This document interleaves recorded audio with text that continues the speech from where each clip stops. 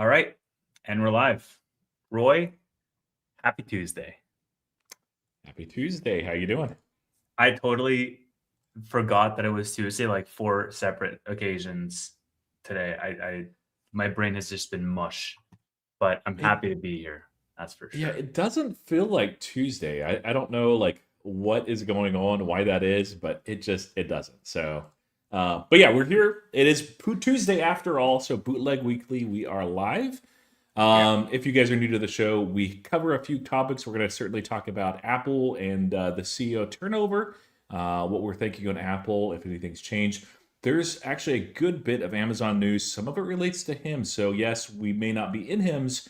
We still are going to offer our uneducated opinions on HIMS. And a little bit of SOFI news coming up as well as Robinhood 2. So, and macro stuff. So, I thought you put sezl for a minute in the title, so I was like, wait a minute, is Tevis into sezl? Like, what's with this? So yeah, What's Sezl uh, ticker?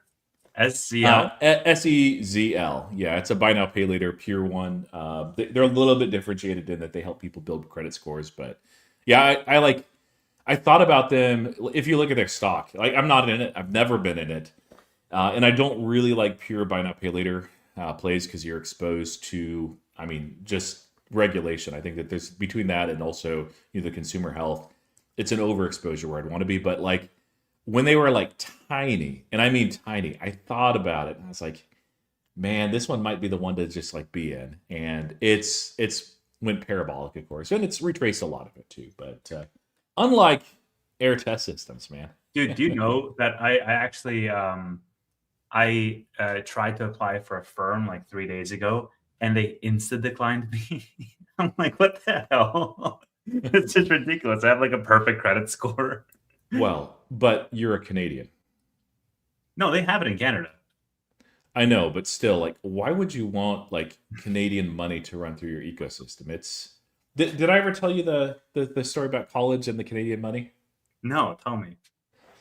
All right, so I was a resident advisor at the University of Alaska Anchorage, and we there was a number of different like things that we had to do throughout the year in that role, and one of them was basically to focus on several different elements that they wanted to bring out in to the resident body, and so part of it was charity, but I have a weird sense of humor.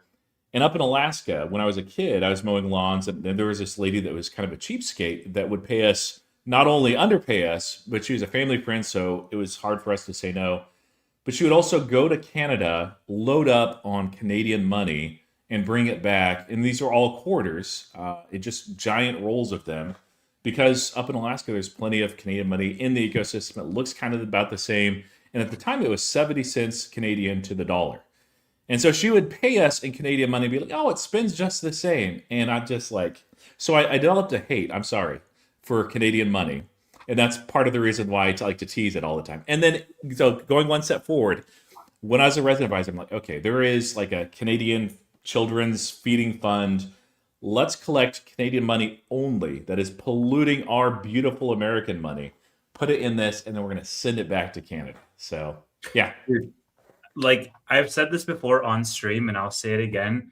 Living in Canada, trying to make money in Canada is life literally on hard mode. You get currency that's 30% devalued from the US, getting more devalued by the day, and you get higher taxes on that currency that's more inflated. And on top of that, it gets you fewer options for you to multiply that currency. It's literally like you're trying to run a marathon, except you're going like on the opposite direction on a treadmill kind of thing. It's so freaking Uh, hard. yeah, it's like being born in the United States at this time. Like there's issues in every country and every My place, God. but man, like it's a lot of advantages, and it's easy to take it for granted. But Yeah, don't take it for yeah, granted, man. And like I'm literally your neighbor, and I would like I'd commit crimes. I mean, I probably wouldn't, but you get my point. It's I a don't know. much better system. Yeah, for sure. All right, so Tevis, we want to get into the topics now. So, of course, one thing that I should have noted in the beginning, we will have a Q&A session. So if you guys are asking questions related to the topics at hand as we discuss it, we try to hit those during that. Otherwise, we'll have a Q&A period towards the end of the show. It can be unrelated to the topics we're discussing. We'll always shoot you guys straight. So sometimes that answer is, I don't know. I haven't had that one. How is it? It's like bubblegum flavor, which I really like it. Yeah, Molly water, somebody said. Yeah, I'd try it.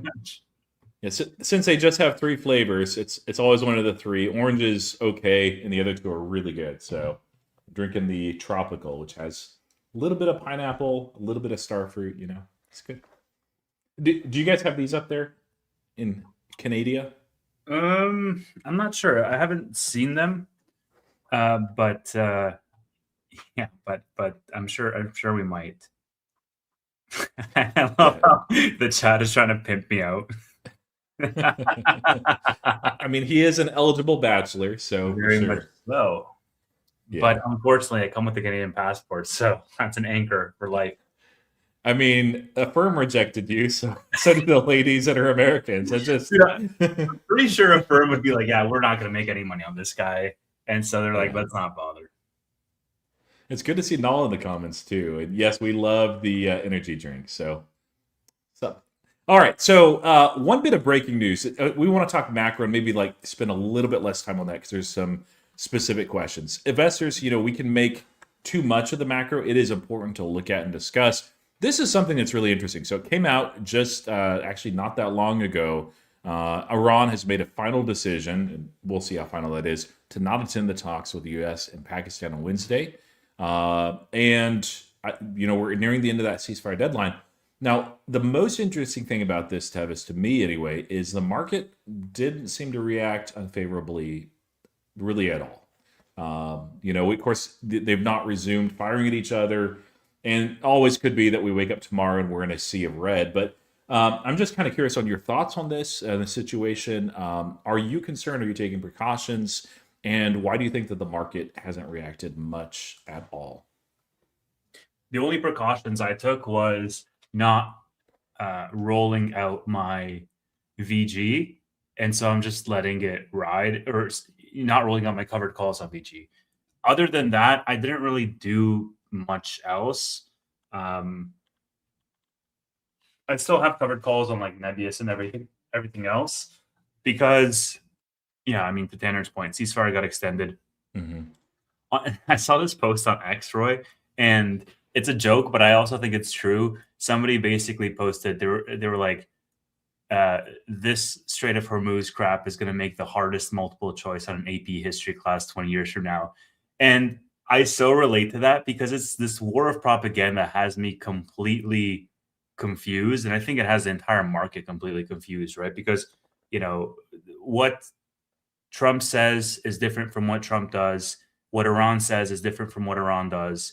And nobody's talking to anybody. And it's just like, what, the JD go to the airport and then like come back? It's just, I got to find that meme where it's like, hey, trying to predict, the next move here. And it's just completely unpredictable. It's crazy. It's been interesting. So like, what I was alluding to, the ceasefire got extended. If you can throw this up real quick, Tevis, we see this statement. The timing of this actually came out about an hour and a half or so after this. You didn't see the market move at all. Like that's what I'm saying is an hour and a half, you would have expected, okay, maybe there's going to be a sea of red, like nothing. I think it's 2 things. Yes, ceasefire is extended. It's going to, and as Donald Trump says here, the government is fractured, and I'm sure it is. I mean, a lot of those people that were leading Iran previously, they no longer are on this planet. They're dead. So it's great that the ceasefire is extended, but even then, the market was not reacting really negatively. Like maybe just a little bit of downward pressure. And I think that this is one of those good reminders in the market that the market is forward-looking. It usually doesn't wait for the end or the resolution of something before it starts moving the opposite direction, whether it's to the upside or the downside. And it feels like right here, unless there is a resumption of actual like mass fighting, bombardment, and everything, that it just kind of priced in. It's good with it. It's ready to move on, and we'll have to see. So yeah, for myself, I didn't really do anything. Didn't take any hedges. Didn't have any going through the weekend. I still have my VG shares, which will operate as a hedge. It's just a long-term position. It's not there intentionally as a hedge, but I know if like things continue to get worse, or if this takes a long time to resolve, I mean, I think it's already, it went up pretty nicely today, but I think it's already priced nicely for the long-term horizon. So I might add like 50 or 100 shares, nothing major there, but yeah, no differences. Yeah, this is every Tuesday when you ask me, hey Tevis, like what's gonna happen next? I think of this meme. It's like me trying to predict the market. Have you seen this? Psych. It's just this is what's happening in the market every single day. We're like, oh, what's gonna happen next, guys? Are we gonna get a season? Are we gonna get a resumption? Like it's just we don't even know. This is it. This is it. Yeah, yeah, and there's a lot of people that have tried on both sides to time things, and it's just an unpredictable market. It really is. But So we are in it's greed territory, Roy. We are in greed. It's like 70, yes, 72 or something. and So, it feels like greed. Does it feel like greed to you? I mean, we've been You're a red the nebulous, last so 2 days. So, yeah. but I guess that was after a doubling. So, yeah, maybe. I was like, with your nebulous, with my air test systems, and you have some air and I have some nebulous, it feels pretty greedy. Bro, air So 4x in 4 months. Tanner is punching air right now. No pun intended, because this was not his Christmas gift. He got Peloton.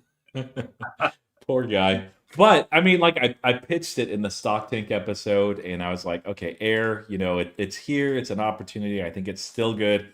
I mean, I'm still saying that right now, although I think it needs to retrace. It's well ahead of itself. They either have to, like, one of two things have to happen. Either it needs to retrace some and consolidate, which is healthy for the stock, and I do want to own it long term, or they need, basically, there's four catalysts that are realistic this year.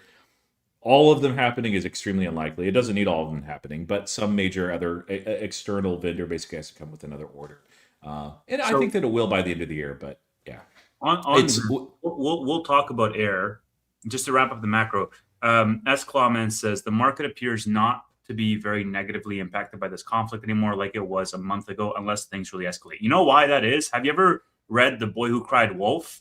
This is exactly like that. It's like you make a big statement, it shocks everybody, and algos pick it up, and everything hits the fan.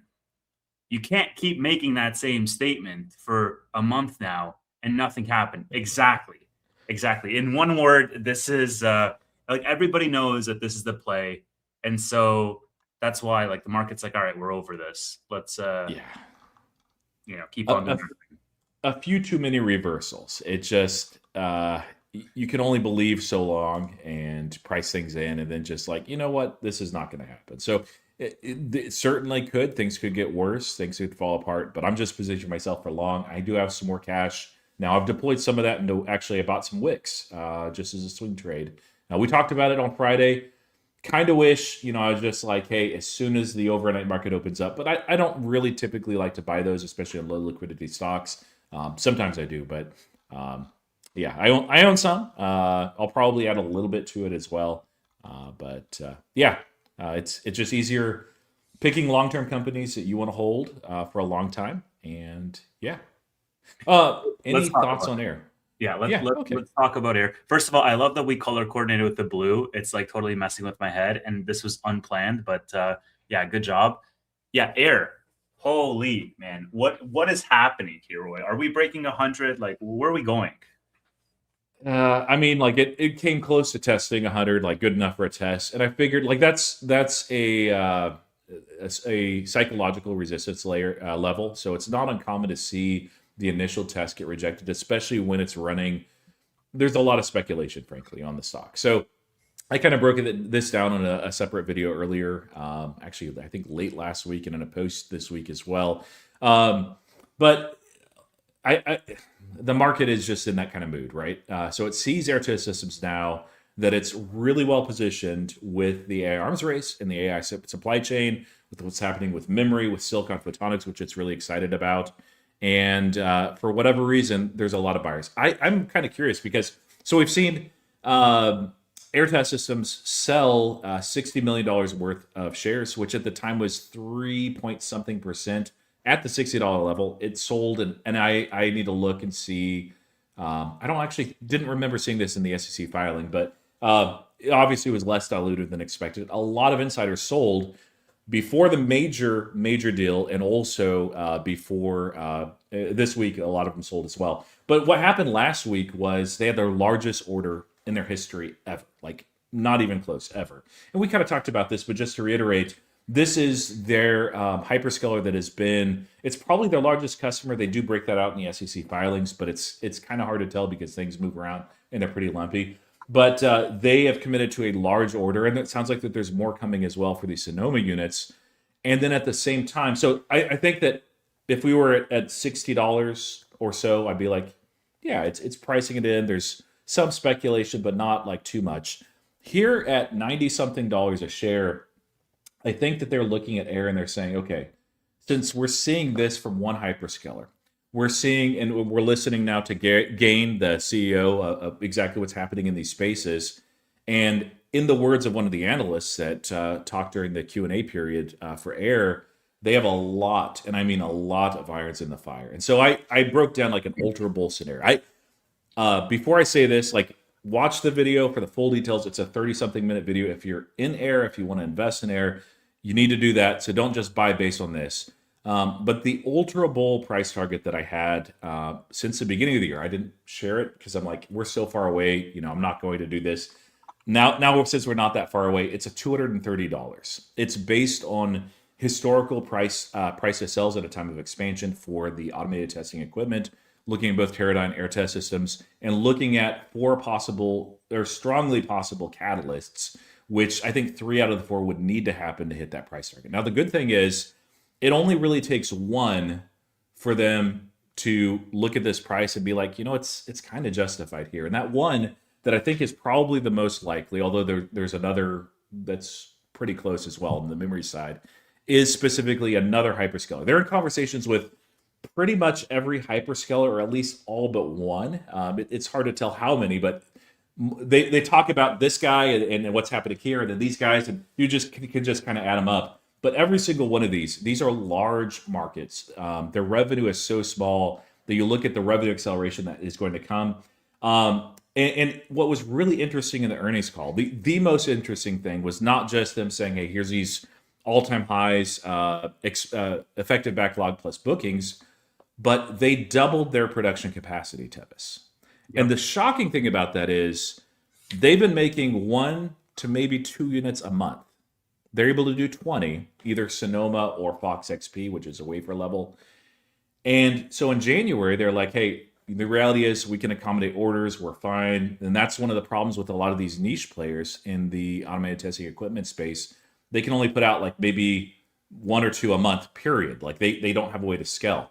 And when a hyperscaler comes in, it depends on the hyperscaler and everything, but oftentimes they need a production run of like 20 or so units. There's recurring revenue, there's services revenue, there's some add-ons, but they need at least that. And usually when there's a customer, there's multiple different production runs.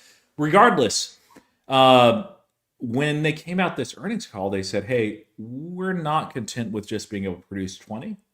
We're actually outsourcing these through a manufacturing contract with another firm. It's actually, I guess, technically 2, and I don't fully understand that part, but Gain talked about it in the earnings call, so that they're able to do 40 per month. Now, I don't think this means they're going to max out and hit 40 per month because, again, they're doing like 1 or 2 right now. We saw that large Sonoma order, but even then, like that's a month worth of production.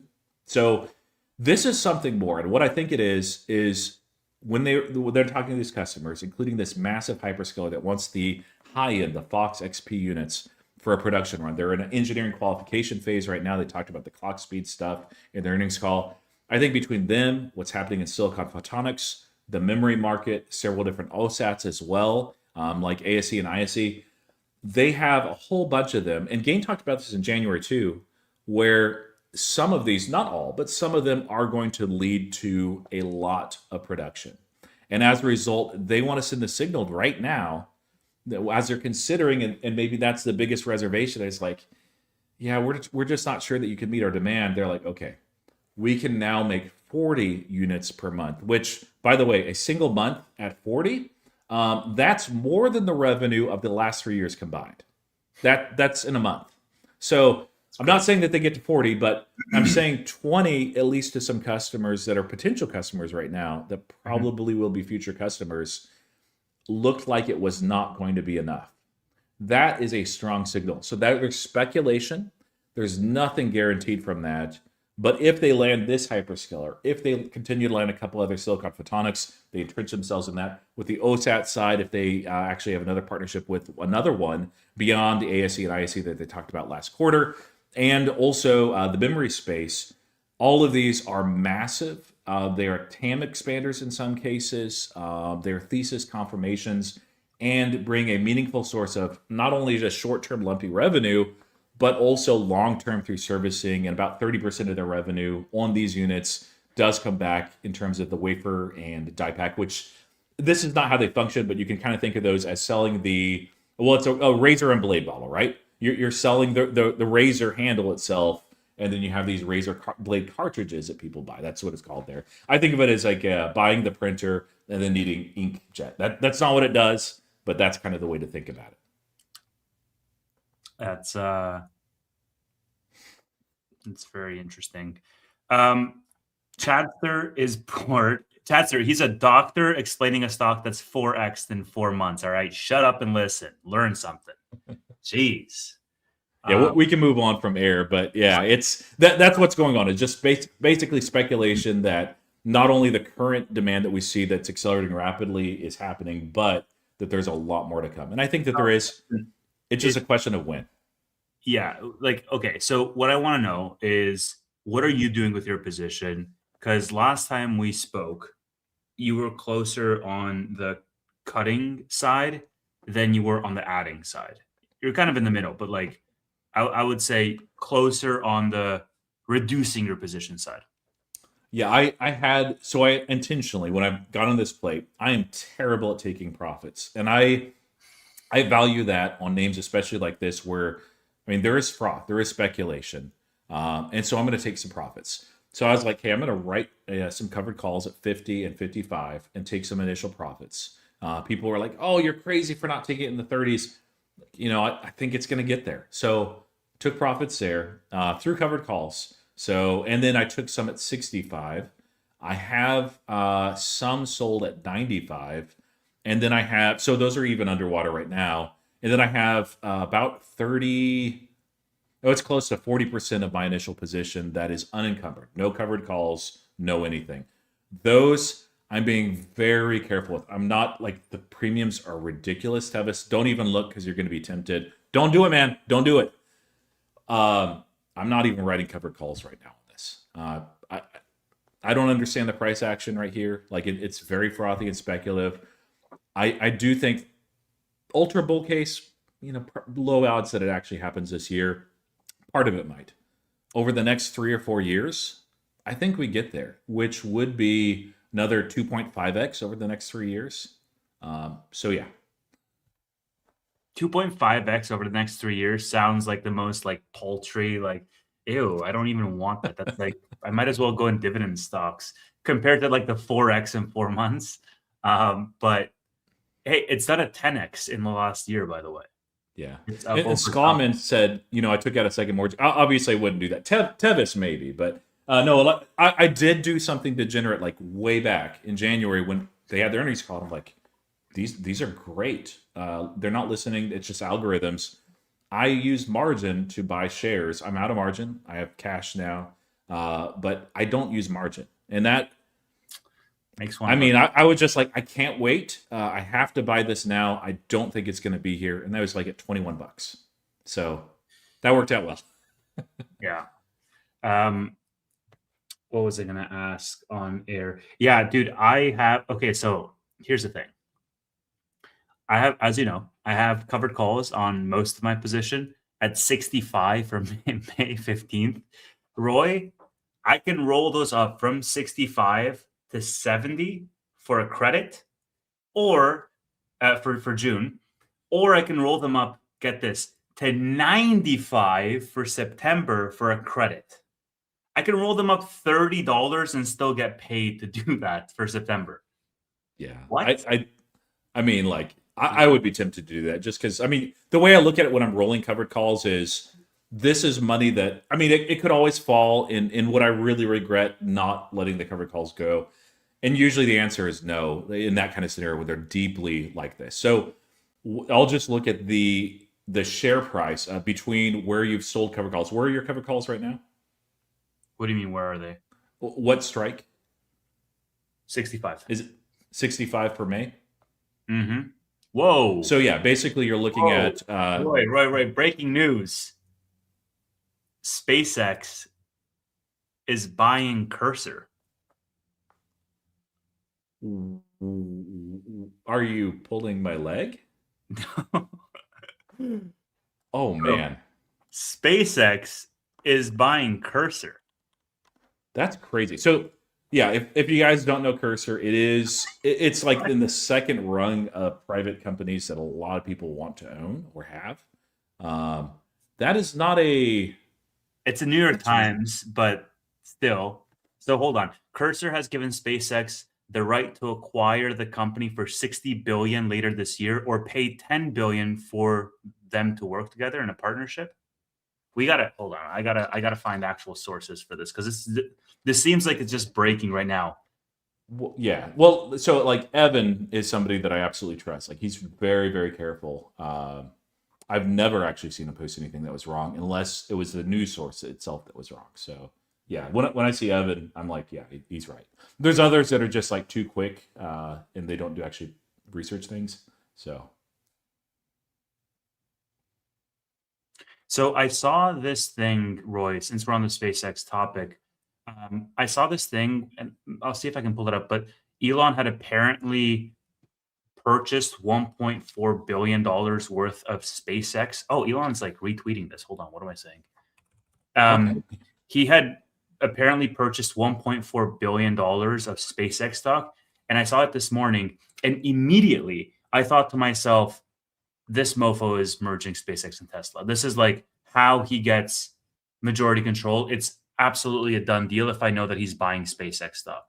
So Elon just reposted this from SpaceX officially. SpaceX and Cursor are now working closely together to create the best coding and knowledge work AI. The combination of Cursor's leading product and distribution to expert software engineers of SpaceX million H100 equivalent Colossus training supermodel will allow us to build the world's most useful models. Cursor has also given SpaceX the right to acquire Cursor later this year for 60 billion or pay 10 billion for our work together. So basically, a 50 billion price tag to acquire Cursor. Cursor, because they're going to pay the 10 billion no matter what. Sorry, Cursor is paying SpaceX. What? Wait, no. Exactly. No, I think SpaceX is paying Cursor 10 billion to work together. Yeah. It's SpaceX is paying Cursor 10 billion no matter what, and then if they want to acquire them, it's just 50 billion more, 5x of that. Which the acquisition probably makes sense, but yeah, I don't remember. It's a pretty rare thing when you're getting serious about an IPO and then you do a major acquisition. I can't think of another example. I'm sure that there are. That is wild.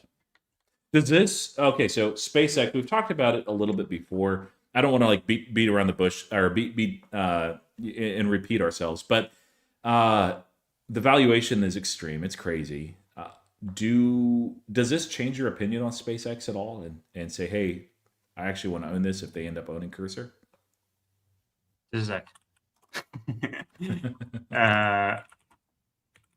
you're not even monetized on X. Come on. I am. What are you saying? Oh, you are? Before Okay. you, bro. For some reason, I guess you get paid. For some reason, I thought that you were not getting. Anyway, good. I'm glad you are. Okay. Your question was what now, sir? We know that SpaceX, if it gets a 2 billion valuation, or 2 trillion rather, 2 billion would be amazing.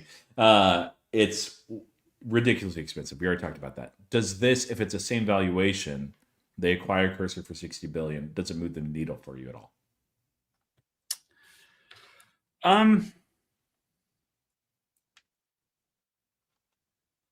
No, I don't think I'd buy it at 2 trillion, even if they had Cursor. Dude, you know how many spelling mistakes are in my posts? Obviously, I don't use AI. Yeah, I don't know, man, because I stand by what I said in my tweet right now. It's like, dude, they'll buy Cursor for 60 billion and they'll have a valuation bump of like 300 plus billion because they bought them, you know? So if you actually look at the amount of revenue that SpaceX does, it does not nearly justify that 2 trillion valuation. But then again, you have to say, oh, well, you know, all these people are going to come at me because like they're a monopoly and who else can take payloads to space? And I think we have to talk about ASTS too, because that was an interesting story this week. But it's good. I think Elon is obviously noticed that he's falling behind. Grok is the shittiest model out there. Grok does not offer, you know, coding like Claude does. And so, and he even acknowledged this. He posted last week when somebody basically said this. He posted saying, like, everybody else had a head start on us. Like, you know, they had multiple years of a head start. And so Grok is like catching up kind of thing. And that's fine. This is strategic because it puts them, ideally, puts them back in the running because it'll allow that AI component to go faster, right? Now, I don't know how fast they're going to integrate. I don't know if they're going to end up acquiring them for 60 billion. 60 billion feels like a steal to me. But we'll see. Yeah. That does seem cheap. I don't know what they're previously valued. I'd actually have to look that up. But yeah, Cursor's interesting. Well, Anthropic recently surpassed OpenAI's valuation. They're trading in the private markets right now for about $1 trillion valuation. OpenAI, I think, is like 850 billion, something to that effect.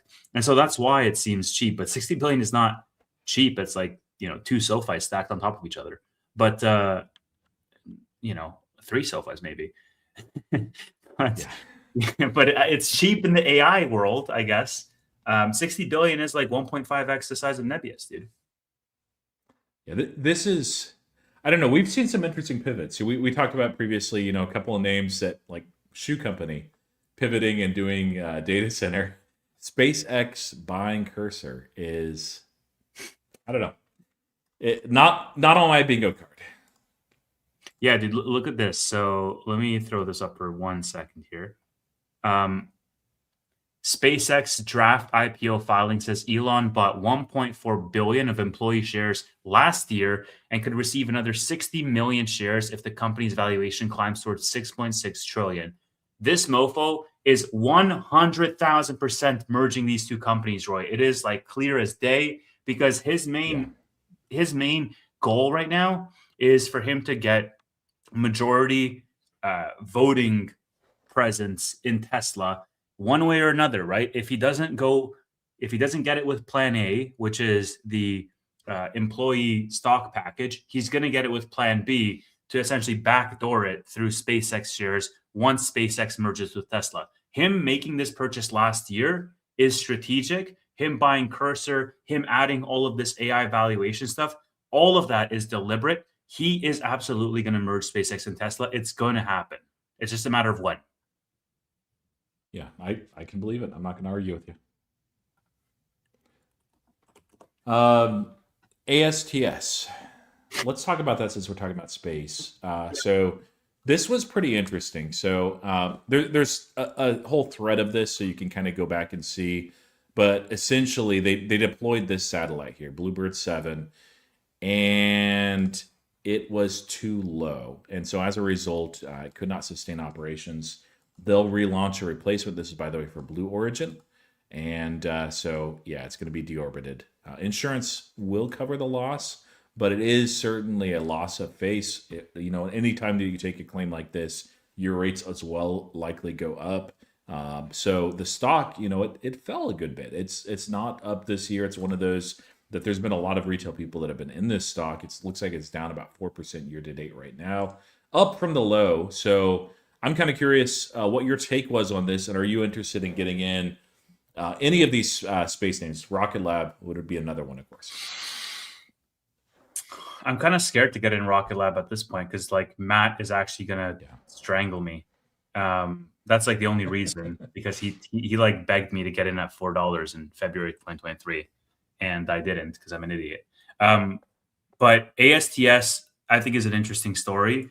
So my understanding, and correct me if I'm wrong, but it was a Blue Origin rocket that took up the ASTS satellites, and they didn't take them up high enough, and as a result, they like entered back into orbit and will Oh, burn.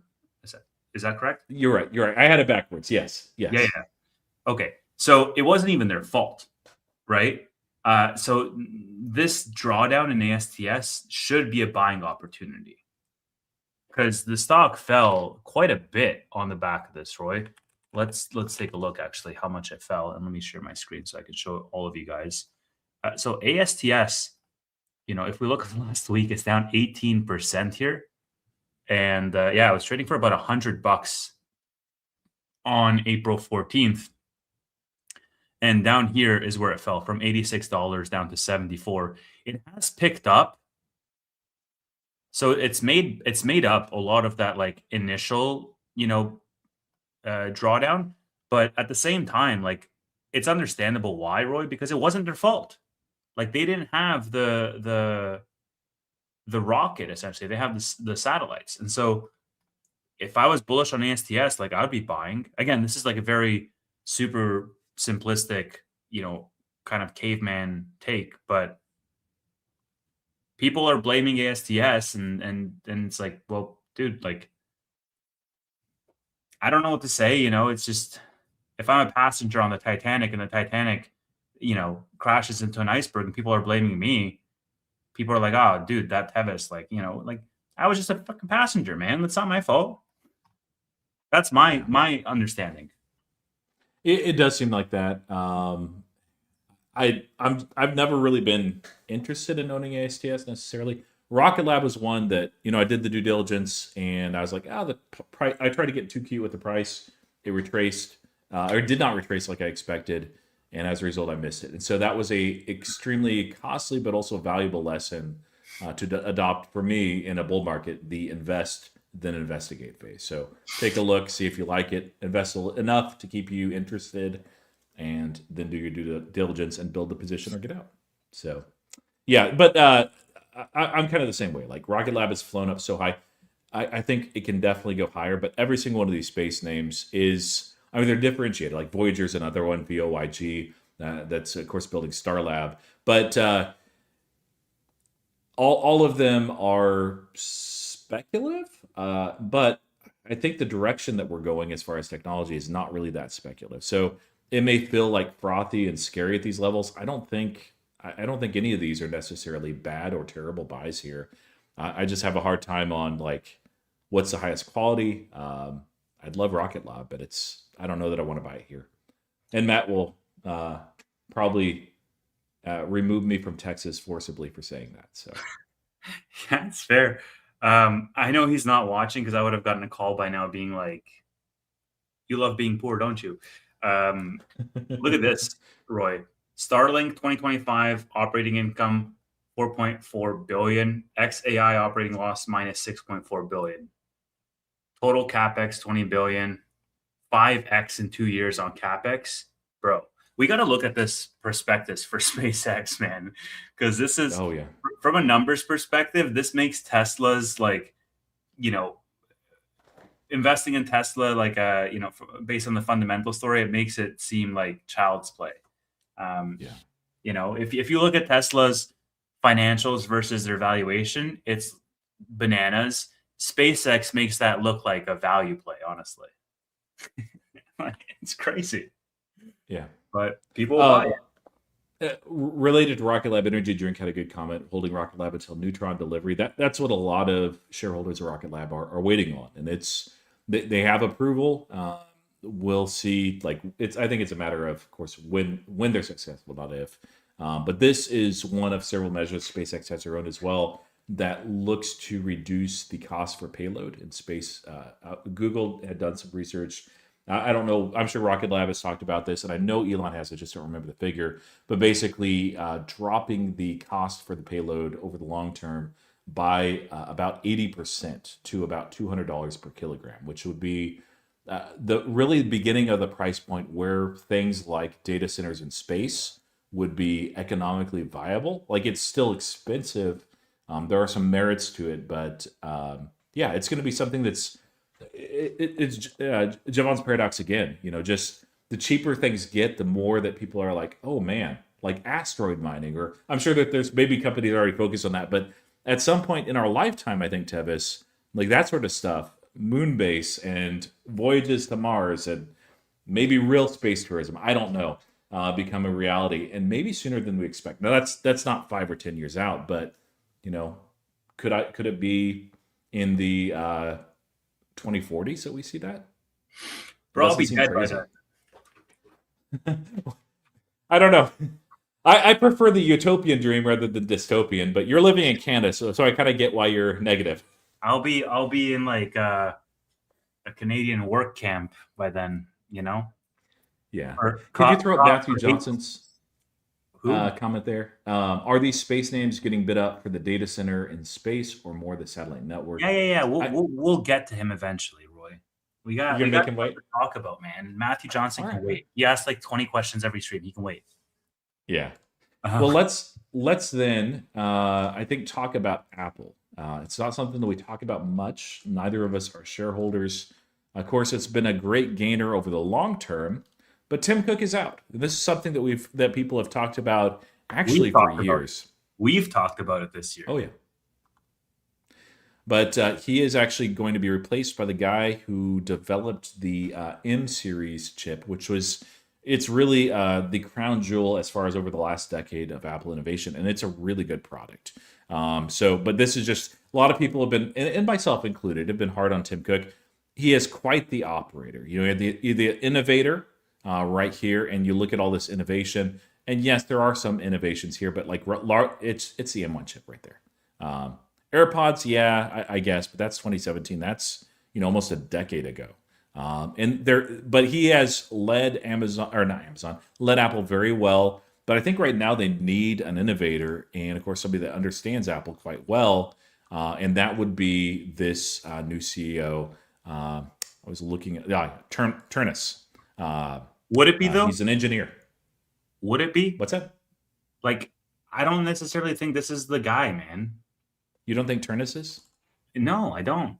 What makes him the guy? Just because he was the brainchild behind the M chips? So what? Like, it was an engineer making engineering optimizations. Like, that's not innovation to me. Okay, yeah, that's fair. He may not be the guy, but I think the approach is right. Whether he's a guy or not, he has to prove it. What I like about the approach is they don't need another operator right now. You are in the age of AI. You're letting it bypass you entirely. Yeah, exactly. Maybe that's the right approach, but that's not because they didn't try. They tried and they failed. They failed so many times on innovation outside of the M series chip. So if Turnus, and reading about him, I didn't know much about him beyond just what I've read with these announcements, but I've read a fair bit since then.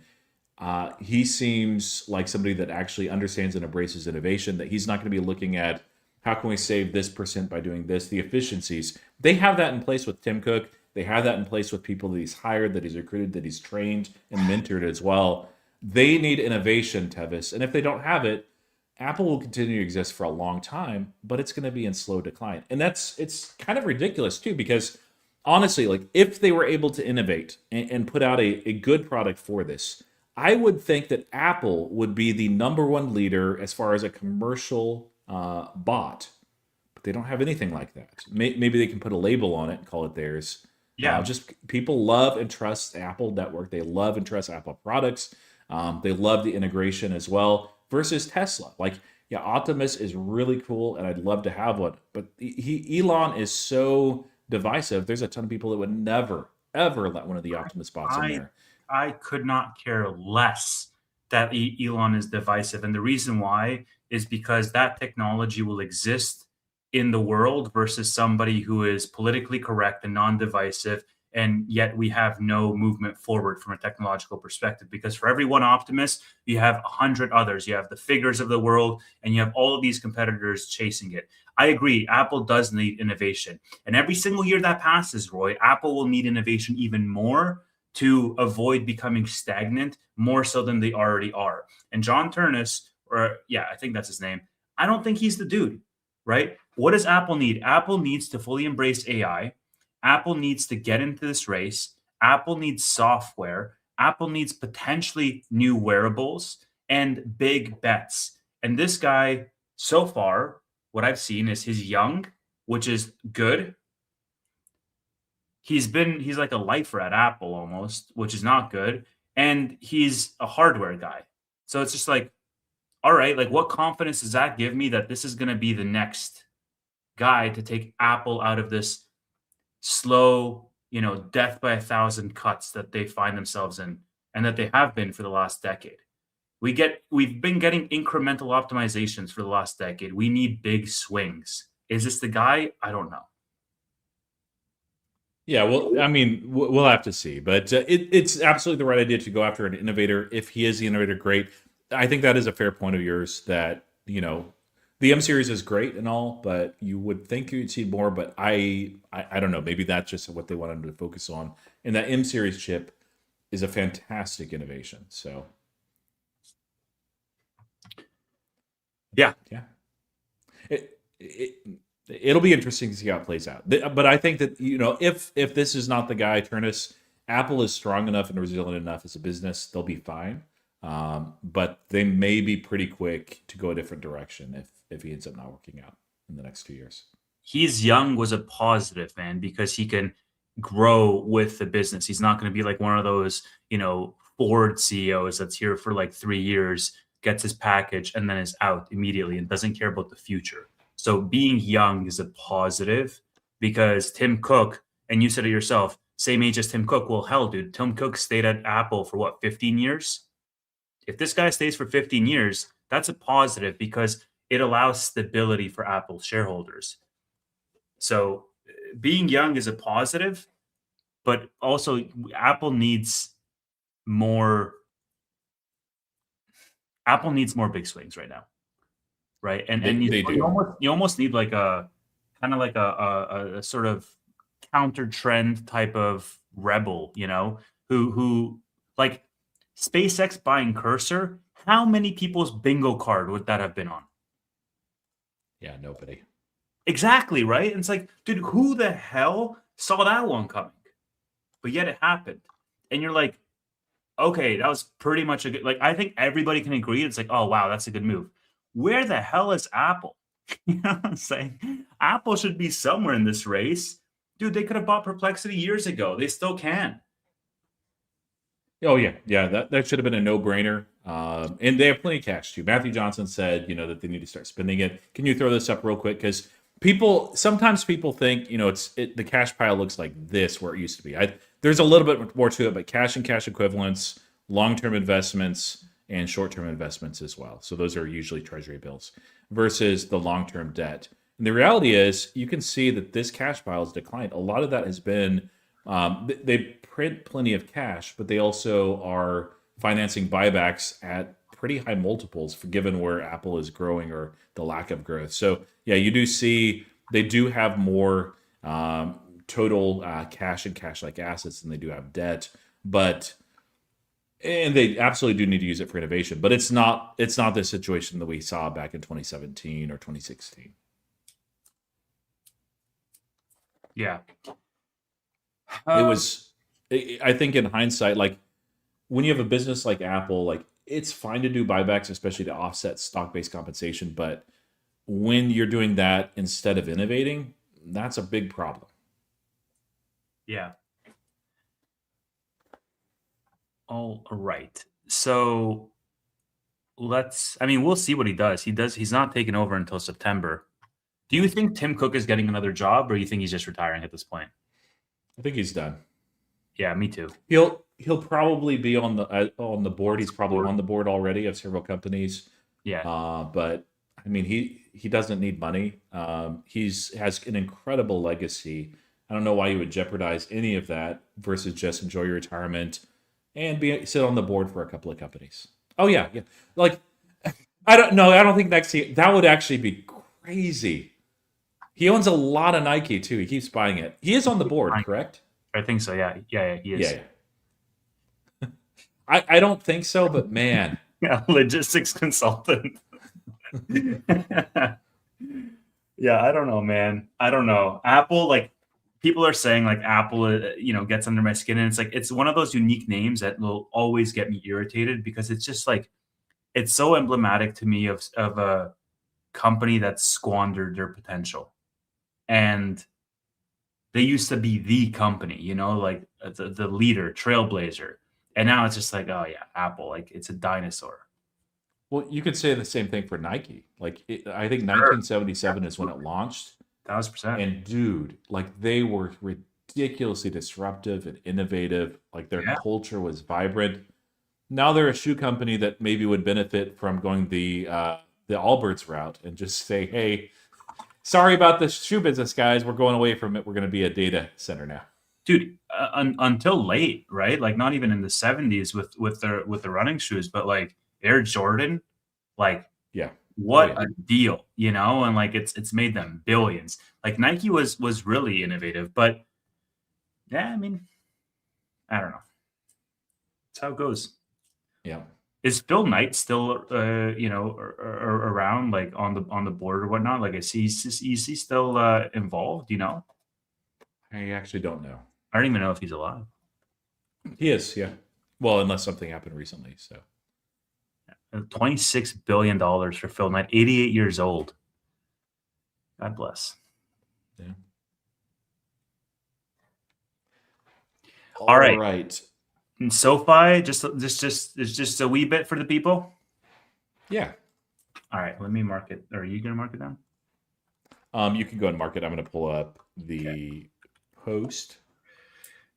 All right. This is probably what you're referencing, I'm guessing, but maybe not. It could be earnings that you want to talk about, but I thought this was really interesting. So they noted here, this isn't just it was just interesting the way it's worded. We're headed to Inman Connect to collaborate with real estate and industry leaders to help build the future of home ownership. See you in Nashville. And of course, this is a pretty major event in a market where, of course, SoFi had bought out Wyndham. They have a product there, but this has been a tough place to be, really, for multiple years. So I don't want to read too much into this, but I'm kind of wondering if there's another major announcement that's coming out. We've seen just this year the big business banking already, in addition to them like really launching the crypto platform and business. It's been interesting to see what they do. Do you think that we're going to see something out of this, or is this just a random retweet? That's it. I don't know. I don't really want to comment too much on this because of my job. Oh, okay. Let's move. I want to talk about earnings though, because I think that's going to be interesting. All right. So I put up this post, and there's a couple of things. Roy, have you done your earnings predictions yet, or not yet? I've started them, but I've not done. I need to do a little bit more work. Okay, Hopefully so maybe this will spur a little bit of thoughts for you. But like, there's a couple of things that analysts will either misinterpret or take out of context for this earnings. Number one is tech platform is going to look really bad because Q1 last year had Chime, and now that it's gone, members in Q1 last year was like 154 or 158 million, something like that. And this quarter, it's going to be like 130. So expect like negative 15% year over year for tech platform. It's going to get taken out of context. Even if they grow from Q4 to Q1, which I expect they will, it's going to take the comparable period is really tough. Number two. Hold on. Yeah. You said they grow. Are you referring to the tech platform quarter over quarter revenue growth? From quarter 4 to quarter 1? Account growth. Okay. Account growth. Okay. All right. Yeah, member growth. Makes sense. Number two, staying on the tech platform, LaPointe said in Q2, quote, approximately 10 new clients that are going to contribute revenue in Q1 26 that did not contribute revenue in 25. Basically saying, hey, we have some new clients coming in Q1 2026. So I do think revenue is going to go up for the tech platform as well as the members, Roy. Because management basically told us this 6 months ago. Oh, yeah. I don't know about revenue. Like it will year over year. that was a huge amount that Chime paid it all at once. So, and oftentimes, like them onboarding or contributing in quarter one doesn't mean that they were using the tech platform the entire quarter. So, I would say it's very likely that the revenue itself will decline, even if the number of members on the tech platform increase. Mm-hmm. Mm-hmm. Yeah, we'll see. I think tech platform is gonna like get better and better throughout 2026. As it like, I mean, it can't get worse than 2025, I guess, but I do think it's gonna have a redemption arc. And then two other things or three other things to keep in mind. Q1 is the only quarter where all the sports converges. So TGL, Super Bowl, NFL, NBA. That's like the highest brand exposure from sports, I would say. Yeah.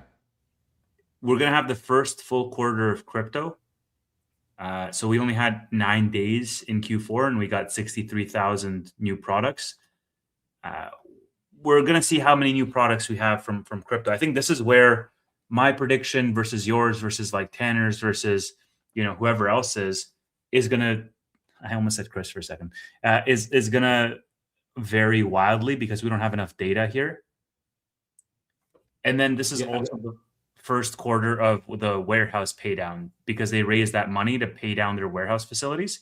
And LaPointe said they save about 110 million in annualized funding cost that flows through. So you're going to see this in the financials as well. So in the corporate revenue is my guess. That's great. Yeah, and I think I probably would say let's not go into your individual predictions. We're not. No. Watch Tevis's video if you want to see those. So yeah, those are just some like interesting tidbits that you might have missed, kind of thing. Yeah, no, I love that, and that way I'm not being colored as far as your numbers because I intentionally actually try to avoid your feed and Tanner's feed and in the past Chris's feed as well because I was like I do not want to see these numbers until I put out my own because they're going to color what I think. I'll be like, well, I think this, but these guys think that, and so I want to not just be an echo chamber. So yeah, and it makes it more interesting to watch as well if everybody is like a little bit different in their predictions. Yeah, but so it's one at least for me, Tevis, and part of the reason why I'm taking a little bit extra time, busyness on one hand, but this is one of the harder quarters to predict. A lot of it is because of the reasons that you cited. Like, it's the first quarter that. And then you insert those 4 different elements. So, yeah, crypto is going to be a really interesting segment just to see the adoption, right? Because you can imagine that in the beginning you have a huge wait list for crypto, and so it might be front loading the actual product count, or you could say that. So, for example, one thing I highlighted in my video, and not to bias you, but they did do a giveaway, right? If you signed up for crypto, they did a giveaway. They were giving away 1 whole Bitcoin if you made like 3 transactions by the end of January. And so, well, entering you into a drawing. Yeah, exactly. It would be wild if like, hey, do 3 transactions, we'll give you a whole Bitcoin. All right, I'll do that. Not like that. You'll have all the members, and also you'll be bankrupt. Yeah.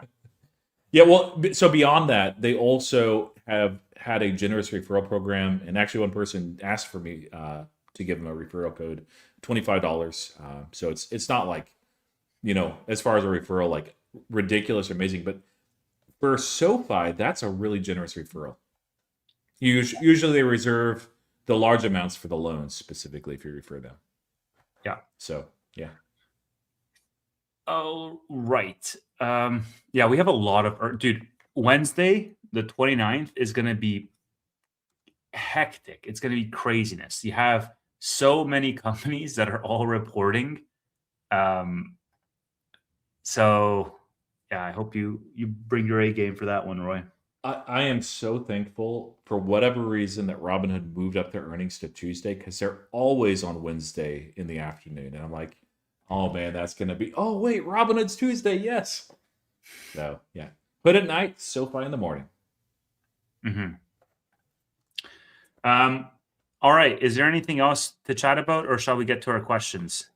Yeah, Amazon specifically, Oh, yes. and HIMS. And HIMS, yeah, it actually goes right into it. Let me pull up these links real quick because there's a couple of So them. first, do you want to do Amazon Anthropic, and then Yes, go ahead and share that, and then I'll talk about the other. yeah, Amazon investing 25 billion into Anthropic. Um, let me pull that up real quick. So they have a partnership with Anthropic, and they're gonna be here. You go. I'll pull it up right now. Amazon is investing up to 25 billion in Anthropic, 5 billion today, up to 20 billion more tied with commercial milestones. Anthropic committed to spend $100 billion plus on AWS over the next 10 years. That includes up to 5 gigawatts of compute capacity and current plus future generations of Trainium chips. Total Amazon commitment is up to 33 billion. Honestly, I think this is genius. And the reason why is because Amazon is the largest stakeholder in Anthropic. So they profit off of, Anthropic appreciating in value. And then you're investing 25 billion so long as Anthropic spends 100 billion on your hardware. It's a little bit of that like circular investment stuff that we were Yeah. talking about with Nvidia and whatnot. But now that it's a stock that I own, I think it's genius. But no, So I think it's smart. incest is okay if it's your family, then Tevis. I see. No, Bro, you gotta come up with better analogies, man. You're gonna make me sound but now you totally threw me off. Right here's the thing though. Here's why I think it's big. I think it's big because Amazon, with their ambitions to be a hardware player in the chip space, they're going to have some tough competition. Trainium and AWS together could be like a bundle offering that could be very compelling. But if Amazon wants to be serious in the chip game, they need to actually have a really compelling value proposition. And if they can lock in Anthropic to essentially be, a core provider, 100 billion plus, and they can do a couple of other partners through that same methodology, then they guarantee the success of the hardware side of their business immediately. And so to me, it's a genius move because they're investing 25 billion to get a 4-to-1 ROI because Anthropic has to spend 100 billion. But not only that, it's a genius move because for Anthropic to spend 100 billion, it's going to be several years of spending that they're locking them in the Amazon ecosystem and entrenching them further as a long-term client. yeah, no, I think it makes sense. It's a win-win. Amazon's doing a lot of things right now, and it doesn't mean everything that they launch like this is definitely going to be a roaring success. Amazon launched a GLP-1 weight loss program nationwide. Injectable treatments start at $299 per month, while oral options start at $149 per month. Of course, that was just today. So they have had a medical platform. They've taken it fairly seriously. Of course, Tevis, it feels like it was a little bit over a year ago that we saw similar headlines of basically their expansion into the generics a lot more and actually trying to make some inroads as far as a market that HIMS had. The price cratered as a result. Anytime Amazon is announced, that's what it does. It doesn't mean it's going to be a roaring success. But any thoughts on this? Because I know you're an Amazon investor. And then let's talk about potential ramifications for HIMS. For the HIM stuff? Yeah, I think, Amazon's always been a contender in that space. I remember when HIMS fell from like $33 to like $24 or something last year based on Amazon entering the space. But they're not going to go away. Amazon needs to find as many avenues for shareholder returns as possible, and this is a big one. So I don't know. I think it would be all a matter of execution. How well can they execute it? What would that look like? And how quickly how is it competitive relative to the current offerings in the market, HIMS included? Yeah. This looks largely as just another option, but the oral option is probably going to interest a lot of people. It's just building out the platform a little bit more, making it look more compelling. HIMS has had a lot of good news as well. So like this I did look at, I'm not a HIM shareholder anymore. It's down a little bit, but not as much as you would usually expect the very volatile HIMs of the past to react to such news. Maybe if it had some impact on some of the others, Eli Lilly's and Novo Nordisk. But regardless, yeah, I think it doesn't really impact HIMS that much. They have a partnership already with Novo Nordisk anyway. This isn't a massive moneymaker for them. It's just an offering that they have on their platform. What's more interesting with HIMS, and it's one of those things where when I accepted HIMS, I'm like, hey, there's some issues. Certainly, there's been some execution issues. There's some leadership risk issues as well. I didn't know that the thesis was broken. I didn't think so, but it's hard to guess. Now, HIMS House, of course, hence the name, is biased towards HIMS, but he's great coverage on the topic itself. And I agree with him. Peptides is something that, of course, has been talked about for a while. It seems that those that are in the administration are in favor, and actually the FDA is actually reviewing, I believe, 12 different peptides. We talked about this previously. HIMS is very well positioned to gain as a result. Now, this is just him asking LLMs, but I think most people would say, yeah, these guys do distribution and marketing very well. And the company that does that, they're the kings. So yeah, like that doesn't do anything. It's the same as SEO. Like if I search up, weight loss and HIMS shows up as number one, like that doesn't tell me anything. Well, no, that's not. I'm not saying that as far as the LLM specifically, but rather that this is what really interested me about HIMS. Was one of a couple of things. So one was that they market incredibly well. Like their marketing is top tier, kind of like Duolingo was in the past. Now, marketing alone is not enough if you don't have a good product. But the other is they absolutely nailed distribution. And when you have those two things put together with something that is not just like nobody's going to own just that one peptide and have a trademark on it. So those that are going to do the best are going to be those that actually do very well with distribution and marketing. Amazon has a distribution. The marketing side, as far as Amazon Medical, it's not really that great. There are others that will do very well on the marketing side, but they have not nailed distribution. So like it's not interesting enough, and I would need to see a lot more to want to get back into HIMS. But that is a pretty compelling narrative for HIMS Bulls. Yeah. Welcome amidst crew. Yeah, seriously. I don't know, man. I'm out of it. I know HIMS was up like 100% in the past, however many, last weeks or something. It's like at what, $30 or something it reached. But it doesn't retrace a little bit, but yeah, it's they're out of the doldrums, and a lot of that's the lawsuit risk is certainly over. There's been a couple other things for HIMS that have been very good too. So, but yeah, I mean, again, I'm taking the Amazon news with the same grain of salt that I took it last year when it dropped, pretty much around this time actually. So not super fussed about it.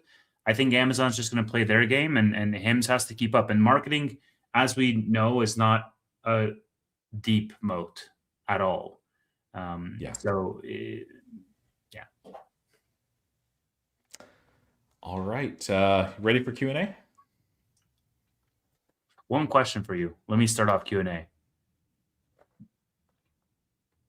If Anthropic has a deal with Nebius, or Amazon has a deal with Nebius, how quickly do you think it'll take the other one to do a deal with Nebius? Like a week, 2 weeks? I mean, I don't know their situation, but yeah, probably not long. No, the one thing that I'll say though is they may not be happy with the answer as far as like how soon can you actually get this capability built out. It takes a little while. But yeah, like the moment either of those or even others are announced, Nebius is probably past 200. And I hate that because I have underwater covered calls. If Amazon announces a deal with Nebius, I mean, it depends on the size of the deal. But if Amazon announces a deal with Nebius, and Nebius is going to go to 200, and then Anthropic comes in a week later and announces a deal with Nebius, dude, this thing is going to the moon. Yeah. All right. Good question. Yeah. Just saying. Man, I would love for Nebius. It needs to retrace so I can get out of my covered call. I will pay money to get out of that covered call. You might end up paying money to get out of them. So one of them is I think it's 140 or 145, and it's like 2 weeks out. The others, thankfully, I I think they're no longer underwater. I'm not as worried about them. I was a little bit more careful, thankfully. Yeah. It's not underwater. I think 165 is where those are. So good. Still, it's making me sweat, man. I don't like this feeling because I'm okay with them going away, but so I'm not going to like redeem them right here. Nebius is a very volatile stock, but I have a feeling that we're going to hit 200 before we hit 100. We may not see 100 again. I mean, I need to close out my covered calls. I think my covered calls for this Friday are fine. Might eat those words, but I think they're fine. But my covered calls for May 15th at $200, I got to close those. I think the only thing that could save us is maybe you writing cash secured puts at a lower level. Brother. And then they would fill. My average cash secured put on Nebius, I think seriously, my average is like maybe $25 in the money.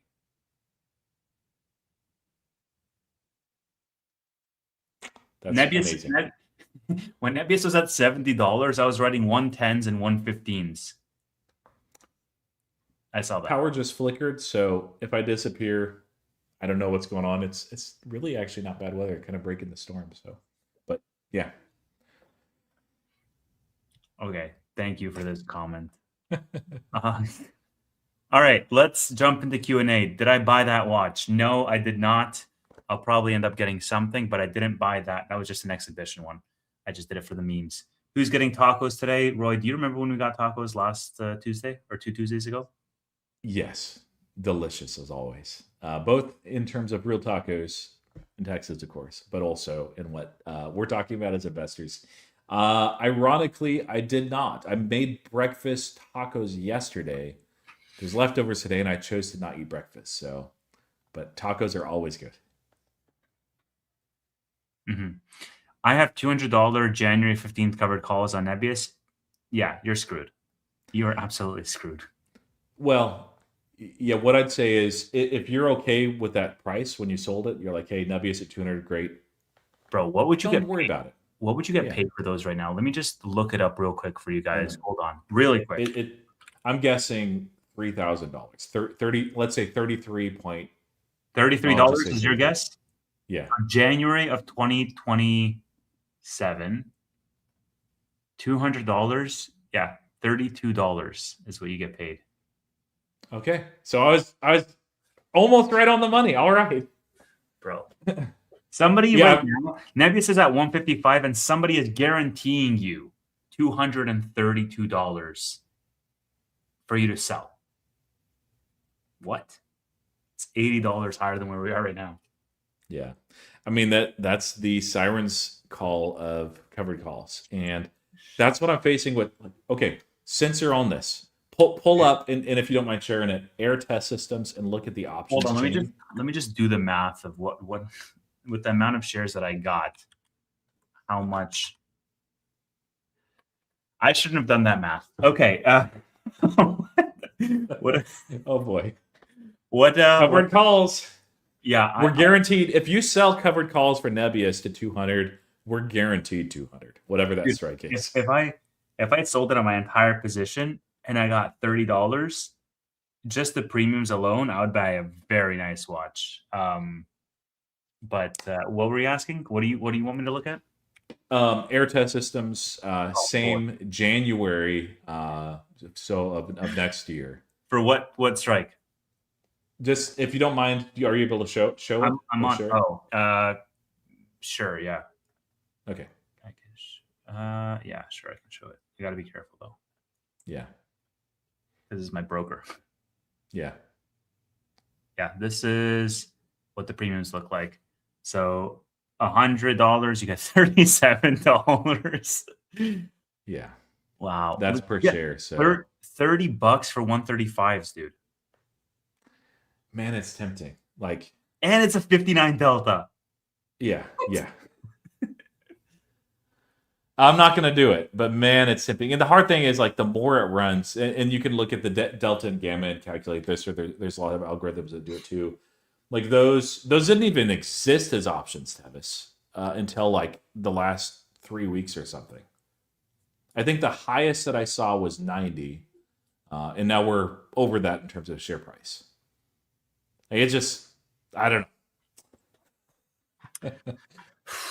I think I might do that, Roy.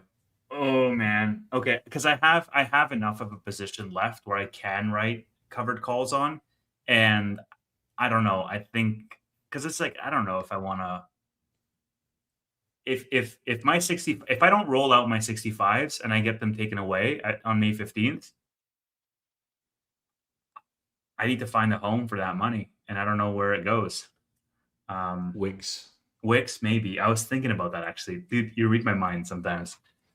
We've been on this show too long. You read my mind. Yeah, Wix was I thought about doubling down in the Roy picks, or I guess Manuel, but I was It's just definitely like, Manuel. yeah, I was like, take my air money and then just buy leaps on Wix and actually not sell these ones. Because I would have been a freaking billionaire on my air calls. Yeah. I've not.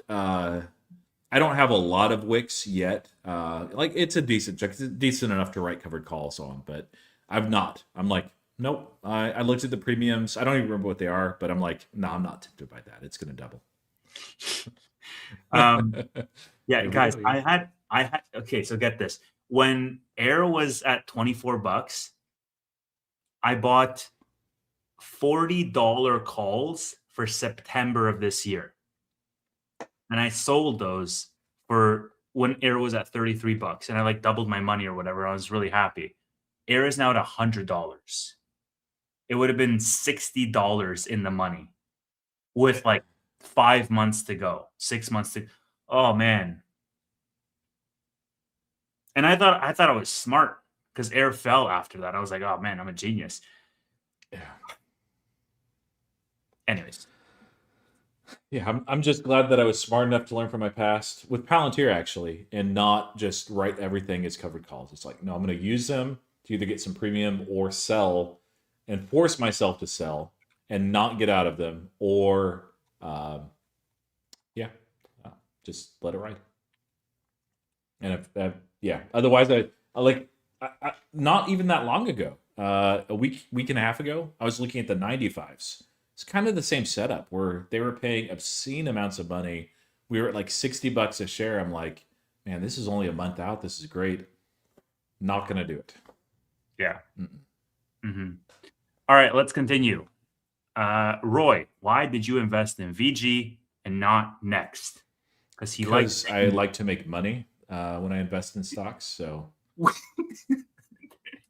We literally had the same answer. This is weird, Roy. This is weird. all right. Yeah, because Oh I man, invested that's in so Next funny. and I tax loss harvested it. Uh, What is Next? no. Serious answer. Kind of that, actually, but it's VG is actually making money right now.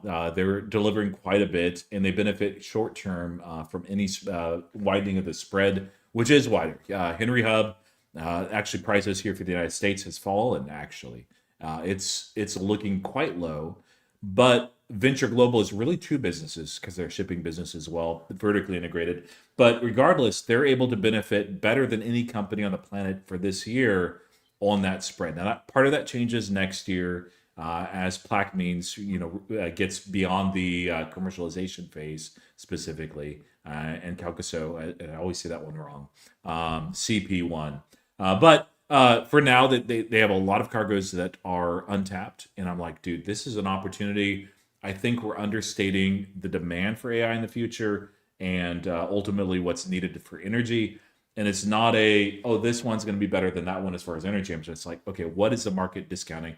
The other factor too is VG had fallen to levels. I think we were on Bootleg Weekly and it was like $8 a share, and I was like, I was interested at 16. I kind of lost sight of it. I'm like, I'm buying some now, and it's like 100 shares, and I did that like 3 or 4 streams.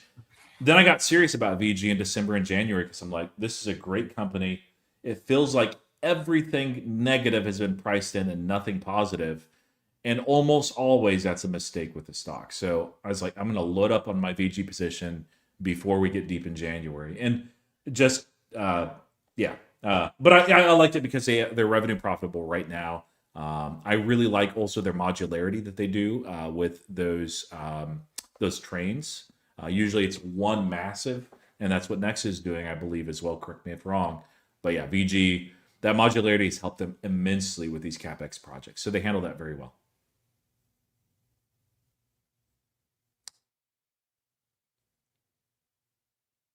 Wow. Bloomberg is reporting Anthropic's Mythos has been accessed by a small group of unauthorized users. So basically, the most powerful AI in the world that they were scared to open publicly has just been hacked.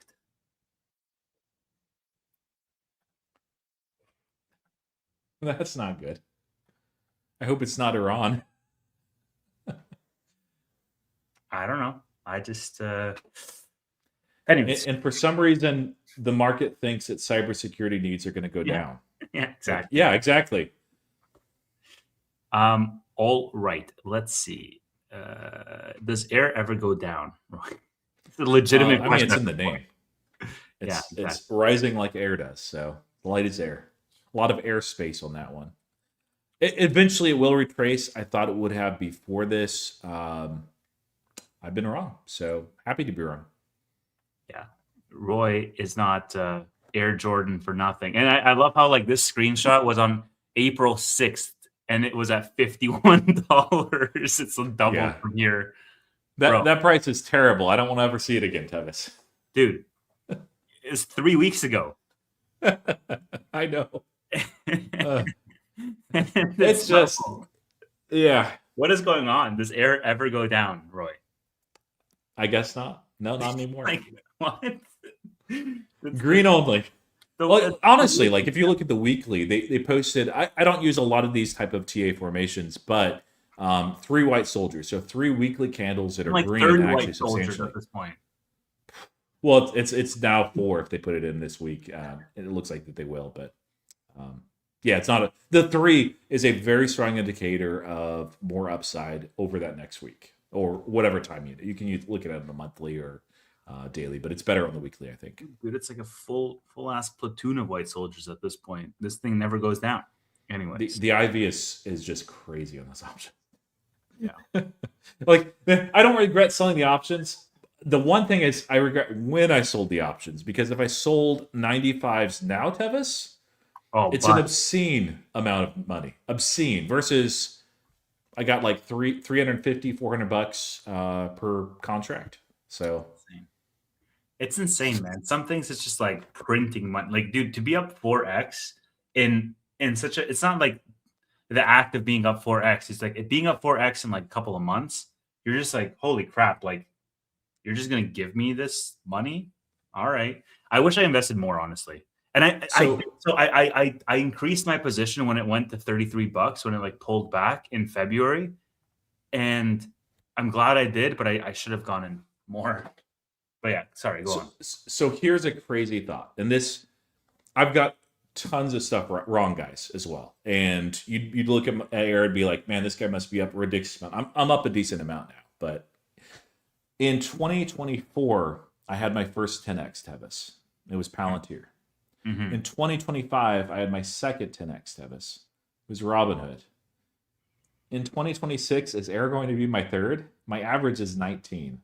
It's already, well, no, in 2025, you also had HIMS, right? It wasn't a 10x for me. No, I got in at like 17 or 14 or something. My average was like 28 by the end of it. So no. I'm not counting. Yeah. I'm counting like share price, not options. Eric could be your third 10x. It shouldn't happen this year, but if it does, man, dude, 3 10x's in a row. That's like that would be incredibly rare to have 3 10x's each in a 1-year span with 3 different stocks. Yeah, it like if somebody had like 100 stocks, it's still like pretty good, but I owned like 10, and well, Robinhood was the least concentrated. Robinhood was a 5% allocation, so and I've converted a lot of those rather than taking gains into actual shares. Palantir was 90% allocation. Air felt like a lot at 10%, just because it is such a small cap. But yeah, no, Texas is good. Like cheap beef, relatively so. Yeah. Yeah, Roy needs to start a 10x course. Here's my next 10x Peloton. No, don't do that. Don't do that. What's the next stock, Roy? Full porting. Well, okay. Well, I even remember. I think it may have been on this show, but I think it was actually in the SoFi Weekly, maybe even after hours. We talked about like what stock that we're holding would be a 10x in our portfolio, and at the time, I remember saying, I don't think I have it. A lot of these are 5x's, and I could see that. But if you're talking, unless you're talking like 10 plus years out, it's like I don't know that any of these 10x, and that was before I got into air. So VG when I was buying it at 7, like I think it also is one, but yeah. I don't know. I think Nebius could 10x for sure, but I mean, like, it can. Yes. I don't know, man. Like my first buy of Nebius was like $51. My average is like $80. Manuel was buying it at 25, so like for him, it already is like halfway there. It would take, I think, the better part of a decade for me, because actually maybe not. My average, I think it's actually below 85. I would have to look. So yeah, so I think it could be a 10x for me. Probably more than 5 years, but like 7, 8 years. I don't think that's crazy at all. Do we have like close to the same average? Because I'm at 80. Oh, maybe. I would have to look in my Webull portfolio, because I have a chunk there too. And I didn't buy it all at the same time. I averaged up quite a bit on Nebius because like after the Microsoft news, like it popped and it never got back like to where it was below the Microsoft news, So that's something that I think a lot of people can get wrong, is focus on the average share price versus like, so if you take Nebius and like you're buying in the 50s and your initial buys were in the 17s, you would be patting yourself on the back, not too worried about that average.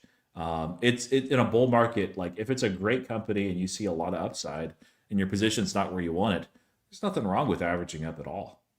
Oh yeah, we can have the same average, but I would pretty much guarantee I have more shares.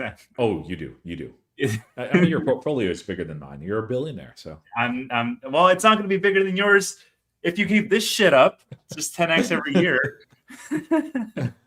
Well, the fun thing is like, so I haven't told like this whole story, but when we entered COVID, we were behind where we should have been in terms of retirement. We were, and a lot of it was just allocating using the 401k matching, doing a little bit beyond that as well, and letting somebody else manage the money. In COVID, we had a little free money, and then I had brain space and time to actually try to learn, and I made so many ridiculous mistakes.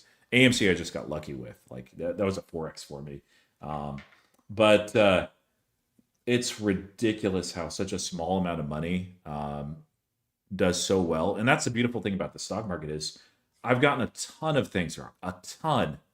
But if you get a couple of things like really, really right, dude, those mistakes don't matter. Like, am I concerned about the money that I lost with PayPal?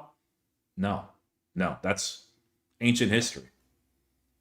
That went into Air, that went into Nebius, that went into BG. They've outperformed. I mean, and you have like, many positions, but just think of it this way: like, if you start off with $1,000 and you 10x at once to 10,000, and 10x at another time to 100,000, 10x at a third time, you get $1 million. Yeah, three 10x's from 1,000 is $1 million if you just keep doubling down. Yeah. Now, like the point is, like it's insane when you think about it like that. $1,000 to $1 million in 3 years. People will think you're selling cocaine on street corners. Yeah, and of course the reality is mess here, because if you're not taking profits along the way, there's something probably wrong with you, or you just don't feel risk. Like you love it. Exactly. I don't think nobody does. Hold on. I don't think nobody does that. Manuel's a perfect example. The guy's 22 years old, and he like bought HIMS at like $6, sold at 60, bought Nebius at 25 as like the vast majority of his portfolio. And like, yes, now he does own other positions. I think he has like 4 or 5 positions, maybe 6. But the point is like he was moving like a bulk of his portfolio, over 50%, into companies that were 10xing for him. So it's possible. It's just like I don't have the balls to do it with my portfolio because like I can blow it up tomorrow. But if you have a smaller portfolio, then yeah, absolutely. Yeah, the reality is, so a lot of those that do achieve that also lose that just as fast. Like Dogecoin Millionaire, I don't know if you remember that guy. Yeah, not a millionaire anymore. No. All right, let's keep going because the questions keep piling up. And this is not a real question, but it was saved anyways. 90 Day Fiance. I don't even know what that is. I don't even know if I would be good on these game shows, man. But whatever. Did Tevis lose weight? I'm trying to. I got a wedding that I got to attend in June, so I got to actually look okay for that. But I'll keep you guys posted. What MVIS? Microvision. So I did own them in 2021. Everything went up, including Microvision. A couple of squeezes there too. It was fun. I lost money though on Microvision. I ended up, the thesis broke for me, and I was new enough to just doing individual investing at that time. Made a lot of mistakes. And one of them was the thesis wasn't there for me with Microvision anymore. It looked like Tesla was good enough without LiDAR. That was a thesis for me. I know that they do more than just that. But the premiums were so good for options. I stayed on Mavis much longer than I should have. So ended up selling it, putting it into Palantir. Learned a costly lesson. But yeah, it's been a valuable one. But no, I'm not long-term interested in that at all. I have not even kept up with them. So they may be doing something awesome. I don't know. Yeah, none of this shit is financial advice, guys. You should know this by now. I know you guys are just poking fun, but this is not financial advice. We're just two dudes on the internet, one of whom is a doctor and has 10x things, and the other one is 100K in margin. The most eligible bachelor in Canada. I come with a lot of margin debt. I don't get BM&R. What's the thesis? I make videos on it every Saturday where I talk about the thesis. So honestly, just tune in for one of those. Saturday is coming up, and yeah, I'll explain it. We've explained it like 4 times on the stream already. I don't think we want to spend. I'll be very quick. It's a leveraged bet on Ethereum. Yes. All right. At what price will you take profits on air? Already did. The rest of my shares, I'm not sure. I need to see how this plays out. And Gain made an interesting comment about all these different irons in the fire and some of the bigger opportunities at the most recent press release. That's what you're going to look for. And it seems like they may have another massive contract win between now and the end of May, or early June. I didn't quite understand. I would need to read that again.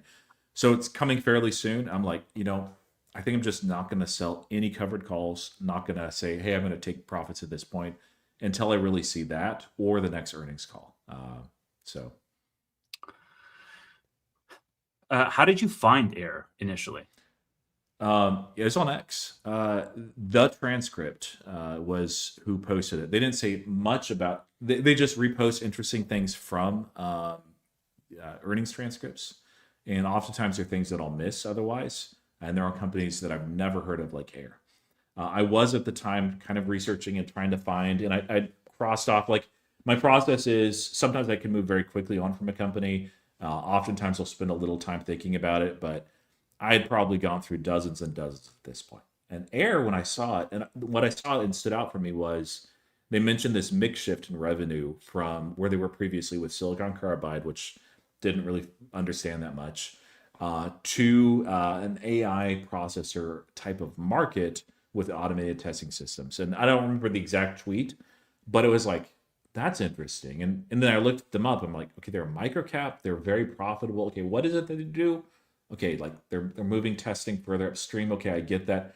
Oh man, yeah, AI would really push a lot of things. So I bought some then. I mentioned it a little bit on X, but just very carefully. I alluded to it here. And then as I developed a position, as I did the investigation that followed the initial investment, just like, I think there's something here. So I kept doubling my position. Um, and, after I think probably a month and a half or so, that's when I was like, okay, yeah, this is a real position. This is a real company. And I mean, I don't know. It's a unique microcap. I'm talking too long for Q&A, but yeah, X. Sorry, Thomas.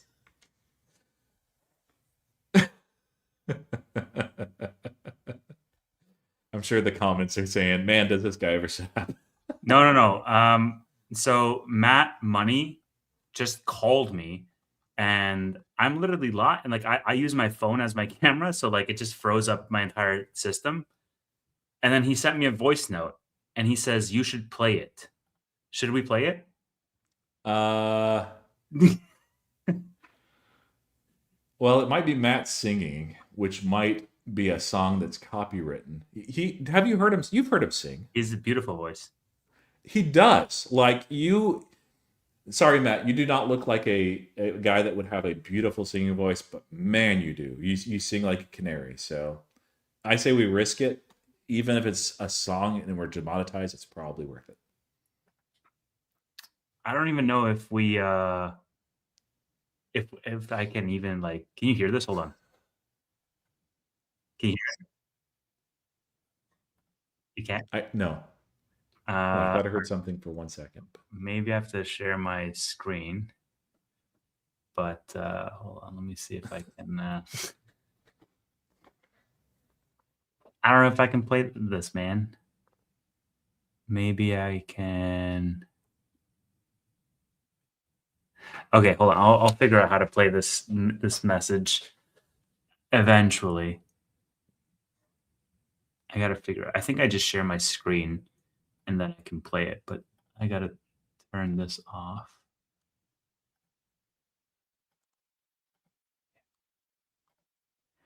Anyways, let's go to the next question. I'll figure this out while you answer. How far can SanDisk go from here? Yeah, the hard drive.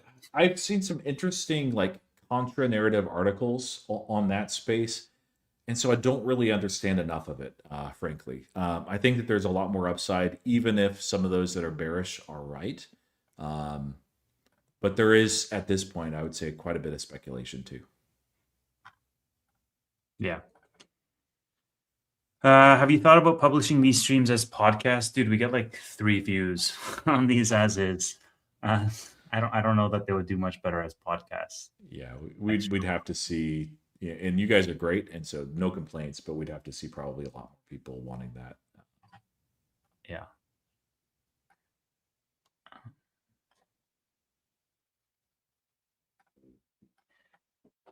All right, let's see. Next question. Are these space names getting bid up for the data center in space or more the satellite network? If it's for data center in space, is that speculative? Didn't SpaceX just give a disclaimer? I don't know that it's data center. I think that's part of the thesis, but I don't think that's like the entire, reason why it's getting bid up. I think like SpaceX is just SpaceX is the most proven space name. And with SpaceX going public, it's just going to bring visibility across the board on the space names. Yeah. Okay. Hold on. I think I figured out a way. Oh no, never mind. I think hold on. Yes. All right. Okay. I think I figured out a way to play Matt's voice note. I had to download the file and add it to StreamYard as like a song. What? We're gonna play it. All right. We're gonna play it, Matt. And if you're swearing on this, then I'm gonna get mad at you. All right, hold on. Can you hear this, Roy? Just thumbs up, thumbs down, okay? You think because you get a new job and you go to South America that you can just ignore me? Who is it? Who are you cheating on me with? Who? Who? Who you cheating on me with? I don't care that you're live. You answer when I call. What kind of bullshit is this? Matt Money, everybody. That's Matt Money for you. Comedian. Yeah. Let's keep going. I was so nervous he was gonna say some offside stuff, but yeah. There you go. All right, let's move on. What's your price target for air? Yeah, you should really watch Roy's videos because he, I believe, posted the new one with updated price target. Well, yeah. So I have my base level, which was 70. We're past it, and then the other look in one of the thumbnails. I've got it right there, and then it's a longer video that explains the rationale. Like I kind of alluded to a little bit earlier too. Any opinion on AMKR? Amcor. I don't really know enough about it. Sorry. I've heard it mentioned a couple of times, but yeah. Is this available on Spotify? I don't know if it's the same person, but like, man, if it was like super easy and seamless to make this also on Spotify, I would probably do it. I've just never explored it because who would want to store these on Spotify? If you've seen, 2 or 3 of these, you're like, yeah, this doesn't belong there. Yeah. Will I go to Tanner's meet and greet? Yes, we are doing a Toronto meetup August 15th. Trying to get Roy to join, trying to get Matt to join. You guys should join as well in Toronto, August 15th. I'm sure we're going to be talking about it more as we get closer to the date. I got to make sure I'm in the country. Roy, what's your plan for VG? Are you waiting for the end of the conflict? No, well, no. I think that maybe prior to today, the price level was like $9 and some change before this conflict broke out. So we were at 11, low 11. So I'm like, we're kind of probably at the floor anyway because they've benefited materially. So I think that there's been some structural changes as far as long-term supply over the next 5 years because of Qatar, about 15% of their Ras Laffan field. So that benefits, and it really goes against the narrative of the glut that was happening a couple of years. They benefited from this. I want to own them long term. At 11, like that's not enough for me to get out of my shares. So I'm just going to hold. I've not even written covered calls on them recently. We'll wait for further upside. But if we get to over $20, I'd probably take some profits there.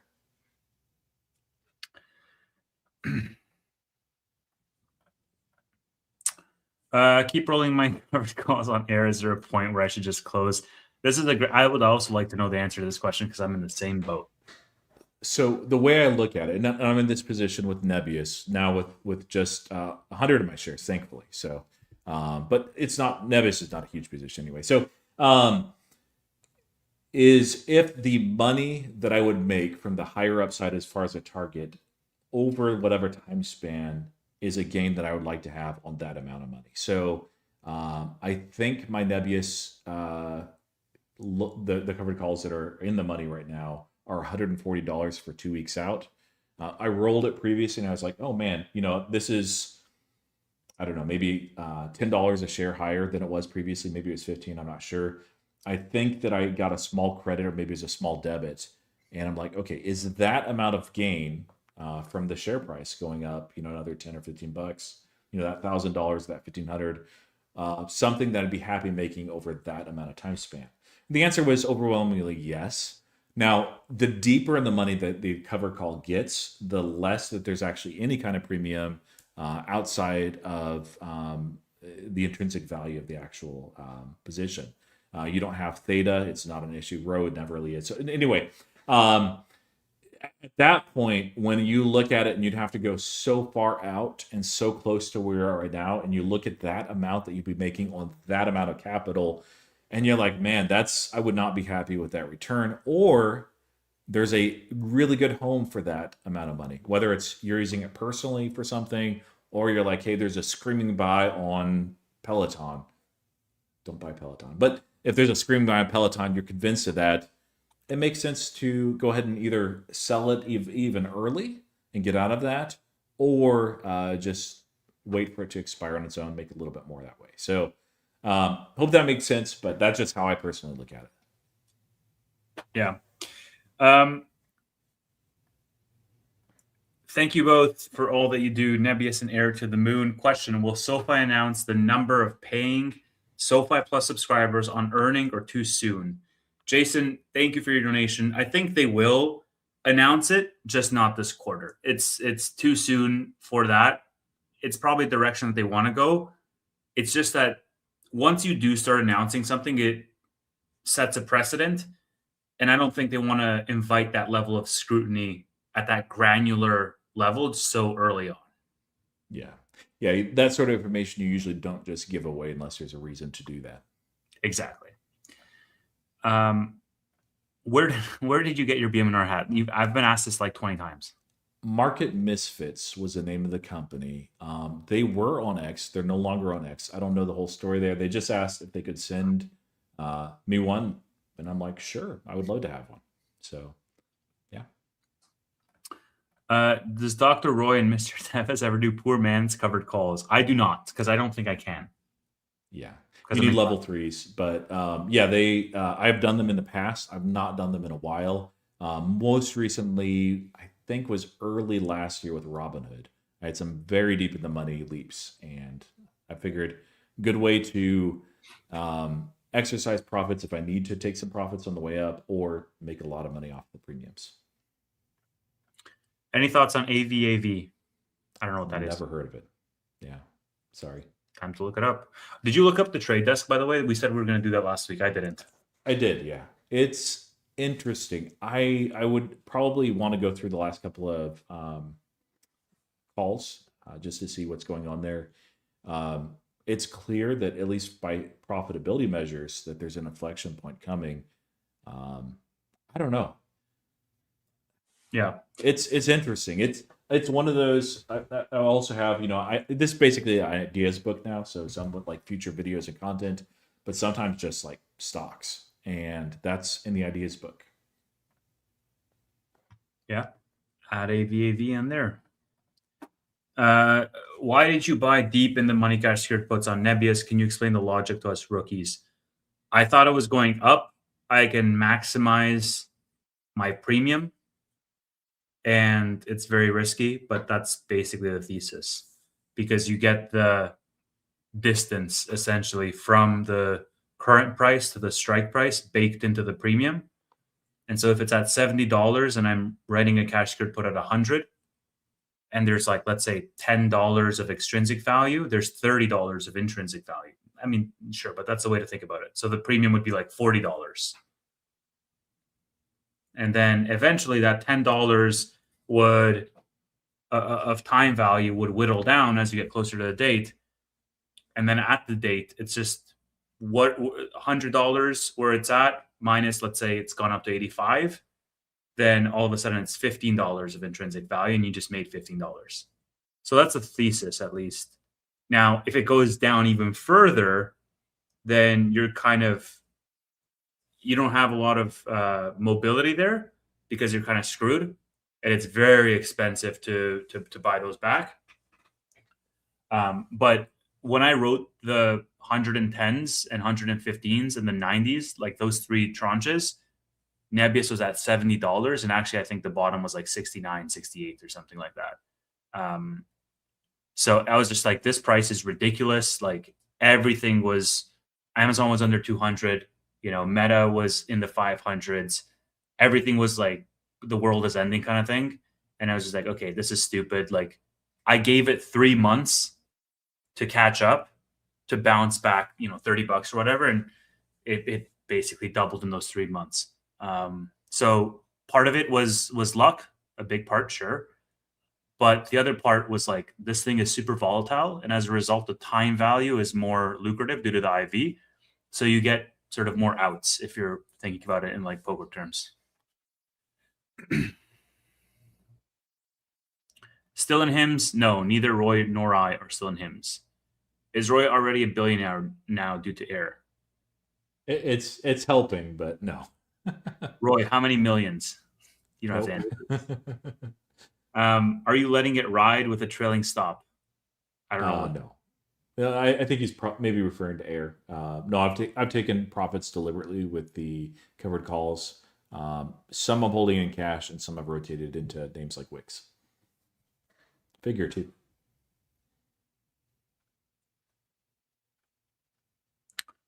Who would actually hold from 17 to 50 and doesn't take any profit? Good on you guys if you play it like that. I think he's talking about HIMS. Oh, okay. Yeah, no, on HIMS I did. On air, my average was in the 19s, but I didn't take profit. Oh, maybe that too. Yeah, I mean, why would why? I guess you could take a little bit of profit, sure, but like, I don't know. I've had things that I've ridden up like that and don't even think about taking profit because I'm in it for the long run. If you made 10x on Palantir and Hood, does that mean you took profits? Yeah, so the 10x basically means from when you were buying it heavy, where your average was, it 10x from there. It doesn't mean you didn't take any profits at all. Doesn't even necessarily mean that you take profits. But yeah, I did on the way up. So if you look at like the average gains on those positions, they would not be a 10x. They'd still be very nice though. Do you think Nebius is going to beat ARR guide? Yes, absolutely. I think they're going to raise their range from 7 to 9 billion. Because back in the end of 2025, they said we're booked for half of 2026. I guarantee you, I mean, I don't guarantee you, but like I'm highly confident that when they report this time around, they're going to be like fully booked for the rest of the year and they're going to have a better line of sight on the ARR guide. I think 10 billion is definitely possible.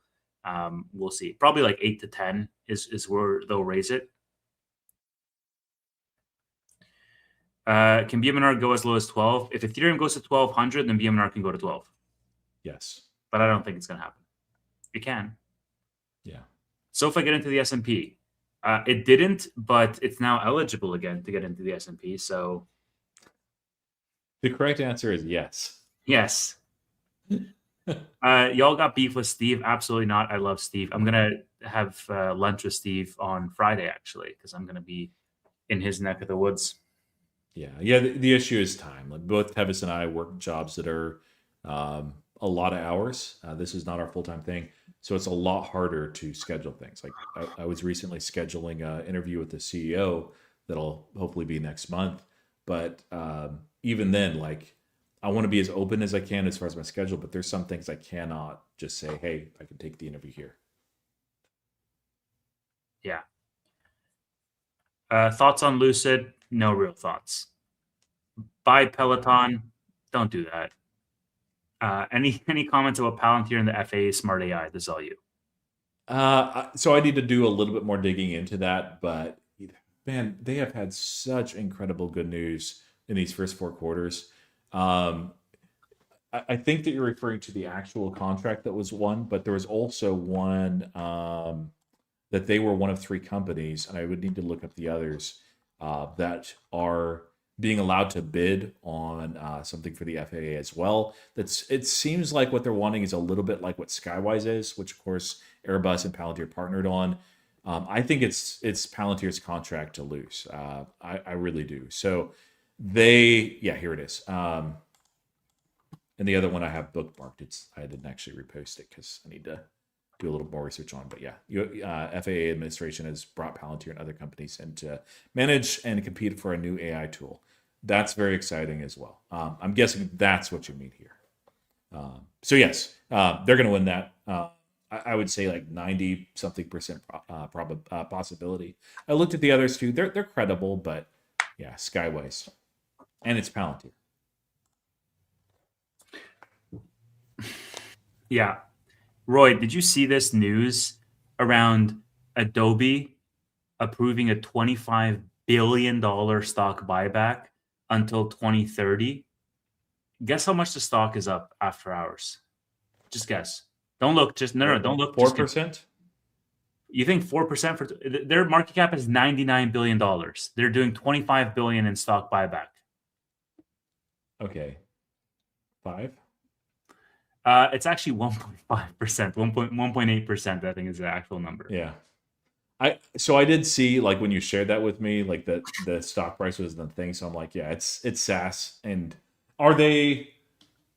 Do you know if they're tapping into debt for that, or is it just based on future free cash flow? Because I know they're I pretty profitable. Yeah, I'm not sure. I'm not sure if they're maybe somebody in the chat will know, but like, bro, how in the dumps does sentiment have to actually? Let me tweet that out. You guys can watch me tweet this out. You ready?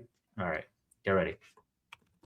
How in the dumps does your stock's sentiment need to be to have 1/4 of your current market cap in buybacks over the next 4 years and to only be up 1.5% after hours? Pathetic.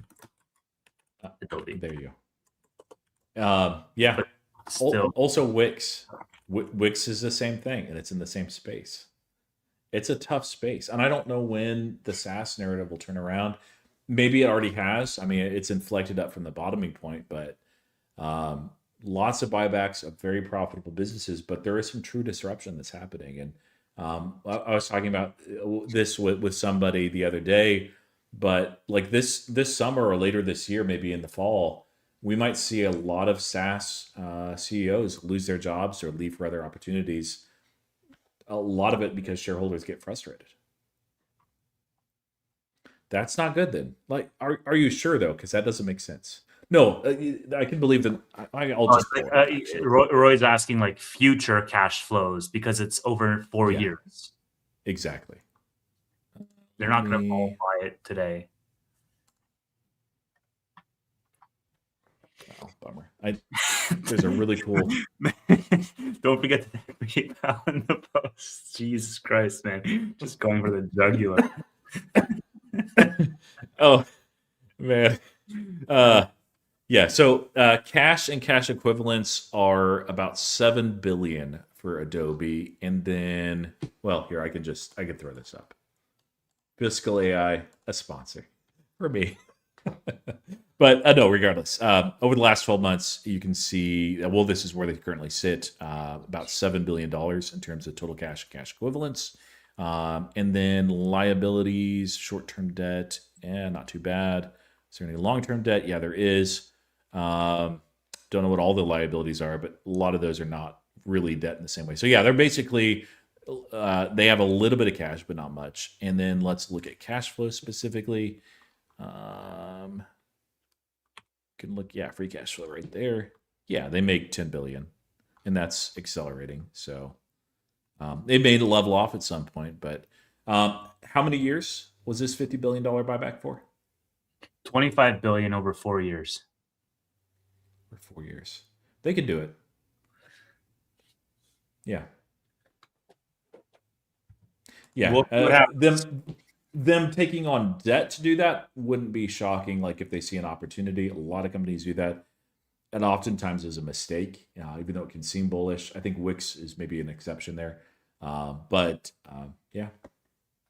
All right, let's move on. Roy, what was in the Robinhood box behind you? Yeah, that was from the San Francisco event that was in the San Francisco Mint, and they gave to everybody that was there these. Not shot glasses, but like they were very nice glassware that were kind of orangish gold after the gold theme. They're not actual gold, of course. So yeah, they're nice glasses with a lot of foam padding around it. So that's cool. Yeah. If you ever get invited to one of those, you go. Unlike this guy who didn't want to be a +1. Yeah, I'll keep holding my breath over here. Sammy asks, are you guys eyeing up the space or AI IPOs this year? Anthropic only. Yep. Can cash secured puts turns into share, or is the point is you just make a premium as long as so cash secured puts is like the opposite. So cash secured puts, you're putting up cash as collateral to make a commitment to buy shares at a certain price. Versus a covered call is like you're putting up shares as collateral to make a commitment to sell your shares at a certain price. So with cash secured puts, yes, it can turn into shares if it is below or below. Yeah, below the strike. Okay. So if you Below sold the- $25 cash secret puts, and the price Sorry. falls, well, it's the other way. You're right, above. Yeah, And the price falls to 20, then you are obligated to buy at 25, and you know it's just you have more expensive shares. So that's the risk. I personally find I love the tool as a way. Like I don't always wait for cash secured puts. I think it can be a mistake to do that because then the stock price can run on you. But sometimes when I'm just DCAing, I'll do that, and I'll either be making some nice premiums at strikes that I like. Maybe it falls below, but I'm like, hey, I would have bought it anyway there. Or I own the shares of a company that I already wanted to own. I don't sell them or write them on stocks that I don't want to own. That was a microvision issue that I had, chasing premium. Yeah. Do you guys see SoFi at $40 this year? Yes, I do see it at $40 this year. Any take on VIAV? Don't know what that is. Would you say that's similar to AIR in that both companies are in the testing layers of photonics? Roy, all you. Yeah, there's a lot of niche in the automated testing equipment market that are like that. I looked at them, but it wasn't a long look. It was like 10-minute maybe exploration.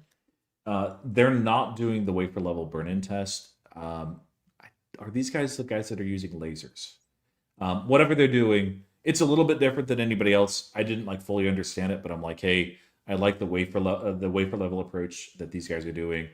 Obviously, a lot of other companies do as well. I think that's the direction they're moving. So, but in the automated testing equipment lineup, it's usually not just one provider, even if it's Advantest or Teradyne.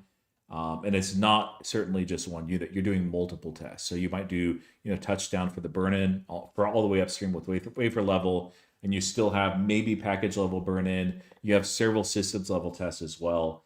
So there's a room for a lot of niche players. I don't really know enough about these guys. But yeah, it's a hot space. A lot of speculation right there. So sure is. All right, let's see. Would you do out of the money selling puts on SoFi now, Tevis? Out of the money is like below? No, that's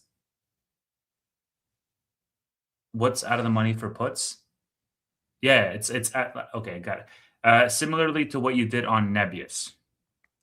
yeah, so you're writing cash secret puts above the share price. So you're obligating yourself, like writing $200 cash secret puts. You're obligating yourself to buy at $200, whatever the price is. I would just, so here's the thing with cash secured puts, like how I see it. The higher the share price, like let's say SOFI's at $20, okay? If I want to be safe, I'll write it at like 16 for a month or 17 for a month. And I think now is a good time because you have earnings as well. But if I want to play, like realistically, what I would do for SoFi is I would probably, let's say SOFI's at $20. Realistically, I'd write like $22 puts for June or for, I don't know if there is July, but like July. So it's like a couple of months out so that you give it time to breathe, because as the market sentiment improves, the idea is that SoFi can go to $21 and you can still get out of those with 50% profit or something to that effect. It doesn't need to go to that $22 and above for you to be like completely scot-free. But the idea is that like you give yourself enough time. If SoFi goes down to 19 or 18 or 17, you're still fine. You're like underwater, but you're still fine because you have so much time left on that put. Now, the fear is that you're going to get early assigned, which I have been early assigned, like even up to a month early, which kind of sucks. But the idea is that the higher that I would go in strike price, i.e. the more risky, the higher the delta, the more I would go out in time. And that just gives me optionality. Yeah. Yeah. This is a real problem. So you got to have that money sort of handy because you will get assigned randomly. But you can do the same equation of like that people are doing for you. It's like the time value of money. Is it worth it to get assigned or is it not?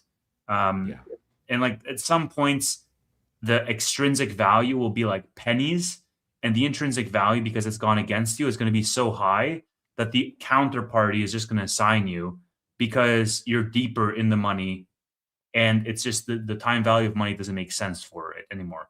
And so you got to be careful for that. In those times, I would probably just to be safe, roll out like 6 months out so that you can make up for it with the extrinsic value again, just to ensure you don't get early assigned.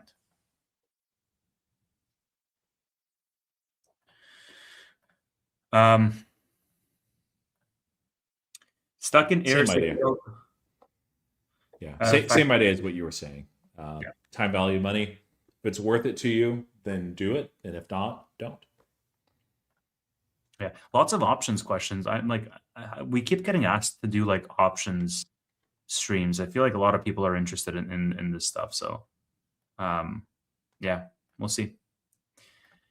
Just joined. Have you guys announced you're getting back to HIMS? Neither of us are getting back into HIMS. Yeah. Do we like Grab? I don't know. I've never read up on Grab.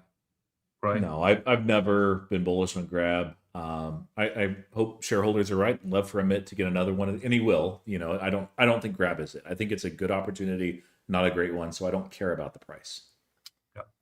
Yeah. Serve. I've seen a bunch of stuff on Twitter about Serve. I haven't really looked into them. I don't know it.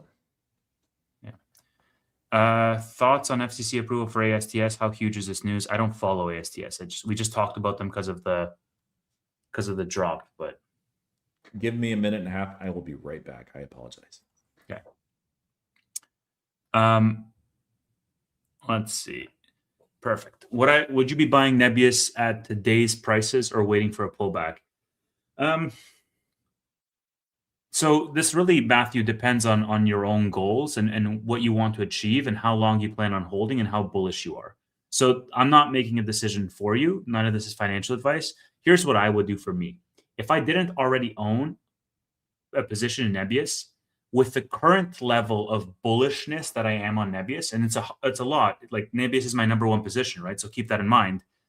Probably what I would do is I would probably buy a small portion to hold for the long term. So let's say, I don't know, let's say I want to buy 1,000 shares. Okay. I would probably buy 1/4 today. So 250 shares today. And then what I would do is I would write cash secured puts in different tranches for different times for those levels. So for example, if it's at 155, I would write 140s 2 weeks out. And then I would write, 135s a month out, 125s 2 months out, whatever. And you get paid quite a hefty amount of money from premiums, but you also don't get that FOMO because you already own a position in Nebius. You're just not fully built out yet from your position. And so if it goes up, you still profit. If it goes down, you're lowering your cost basis and it's closer to the, pullback that you're waiting for. So that's sort of how I would personally hedge it. Again, all depends on your own, portfolio. Thoughts on ARM, Roy? I mean, they're a great company, and they've done very well, actually, even better than I expected since the IPO. I have not kept up with them, so I couldn't tell you. I could tell you, looking back on the IPO, like that's a buy, obviously. Yeah. Is margin buffer 45% safe? Yes. Margin buffer of 45%. Is this like to not get? I don't use margin enough to be confident in an answer there. So yeah, it's again outside of using it for air for a very short term very short term basis with money that I knew was coming in, or using it to get out of a covered call that rolled away that I wanted to exit. I've never used it. Yeah.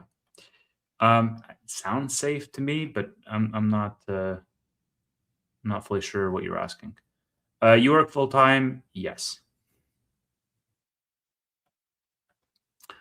How much higher can air go? Answered, yeah. There's more upside over the long term. Could be in the short term, but that's a lot. That's speculative. Yeah, watch Roy's videos. He has actual price targets. Do you guys mess around with that wheeling strategy? Yes, it is a very good strategy. I do it, and I'm probably not as consistent. I would probably be much wealthier if I was, but I like the wheeling strategy. Recent bank earnings, I haven't been keeping up, quite frankly. Have you? Actually, no, I need to. So, really good question, but no. What's a good delta for covered calls or cash secured puts? I think like if you want to maximize premium, I don't know, man. Like cash secured puts, I write delta at like 0.6, 0.7, but that's insane. Don't do that because I want to own the shares. That's why I write it so high. But like realistically speaking, I think 0.25 is good. If you don't want to give up the shares or end up buying the stock, then probably like 0.15 to 0.1.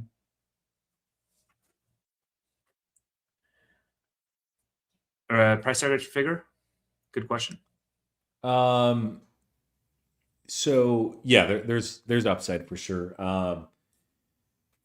I think we might have already seen the high this year in January. The hard thing is they're not affected much by crypto at all, but they're caught up in that basket narrative. And I think crypto winter might not really abate until the last quarter of the year. I think that'll be a great quarter for Figure. We'll probably see a price of like $50 or $55 a share. It does have extremely high beta, so we could see a lot more than that. We could see a lot further downside too, although I sniped some at 27. I feel pretty good about that. So yeah, I continue to add. But long term, what I need to do more work on that, to be honest. But you can look at businesses that they replicate, see the TAM, think how much that they can reach at that, and see the market cap of these other guys.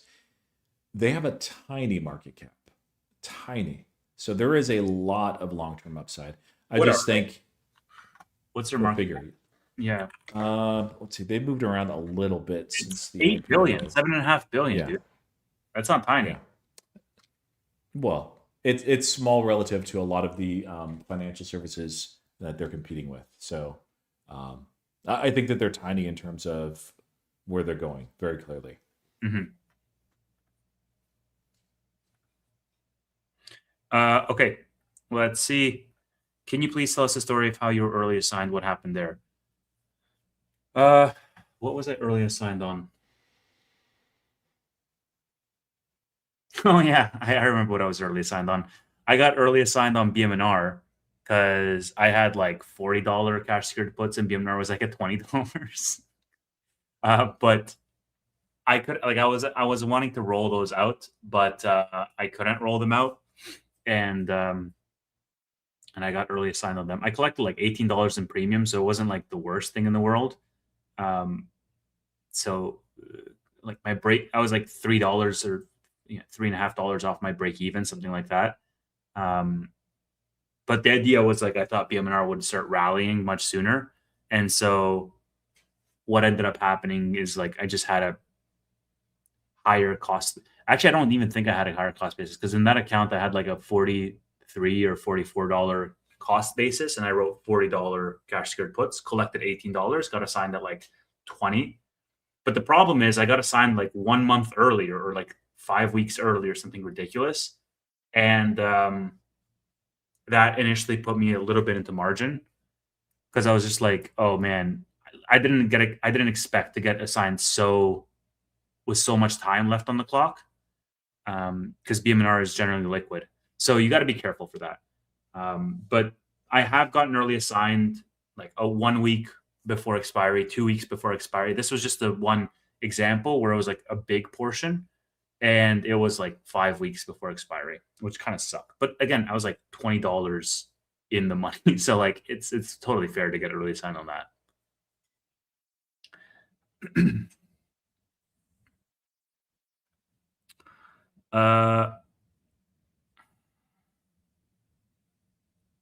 Did you even get a hat after getting early assigned? No, I just got more pain. Yeah, everybody got signed in BMNR. All right, hold on. Let me bookmark 13 questions to go. Thoughts on in the money calls? Buying or selling? You got to specify here. I'm pretty sure he's saying buying. Bullish. Yeah, well, there's two scenarios where you would be interested in doing that. It's not right for every portfolio. There is more risk, obviously, for that than shares.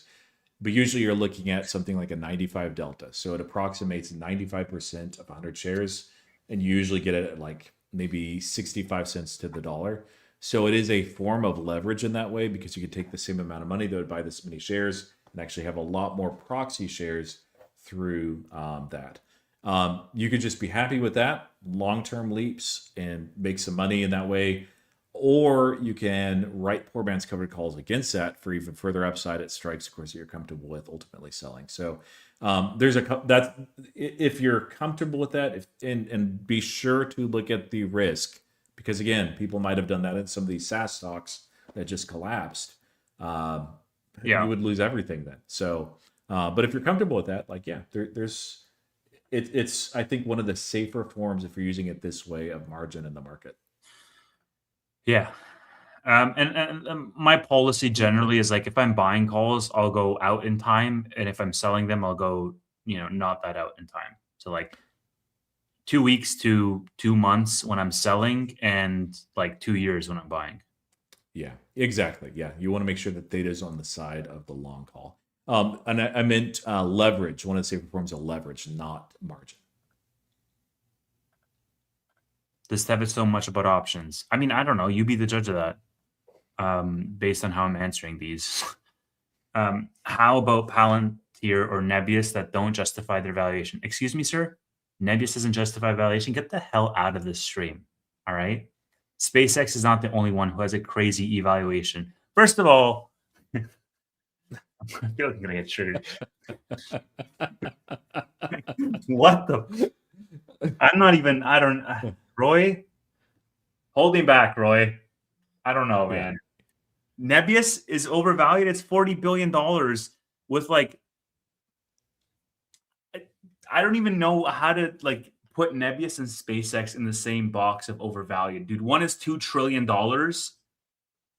And I'm like, yeah, it's funny. Nebius is, I don't think, overvalued. If you're looking at PE, of course, they're not profitable, or PS even, but then look at the revenue growth. Look at the TAM. Look at their partnerships. I don't know. It's meaningful. Also, how they're raising. Palantir doesn't belong in the conversation of SpaceX. Like, people think Palantir is expensive. It is, not by as much as people think. But SpaceX is in a league of its own if they get this price, which I guess it did, 1.75 billion. Yeah.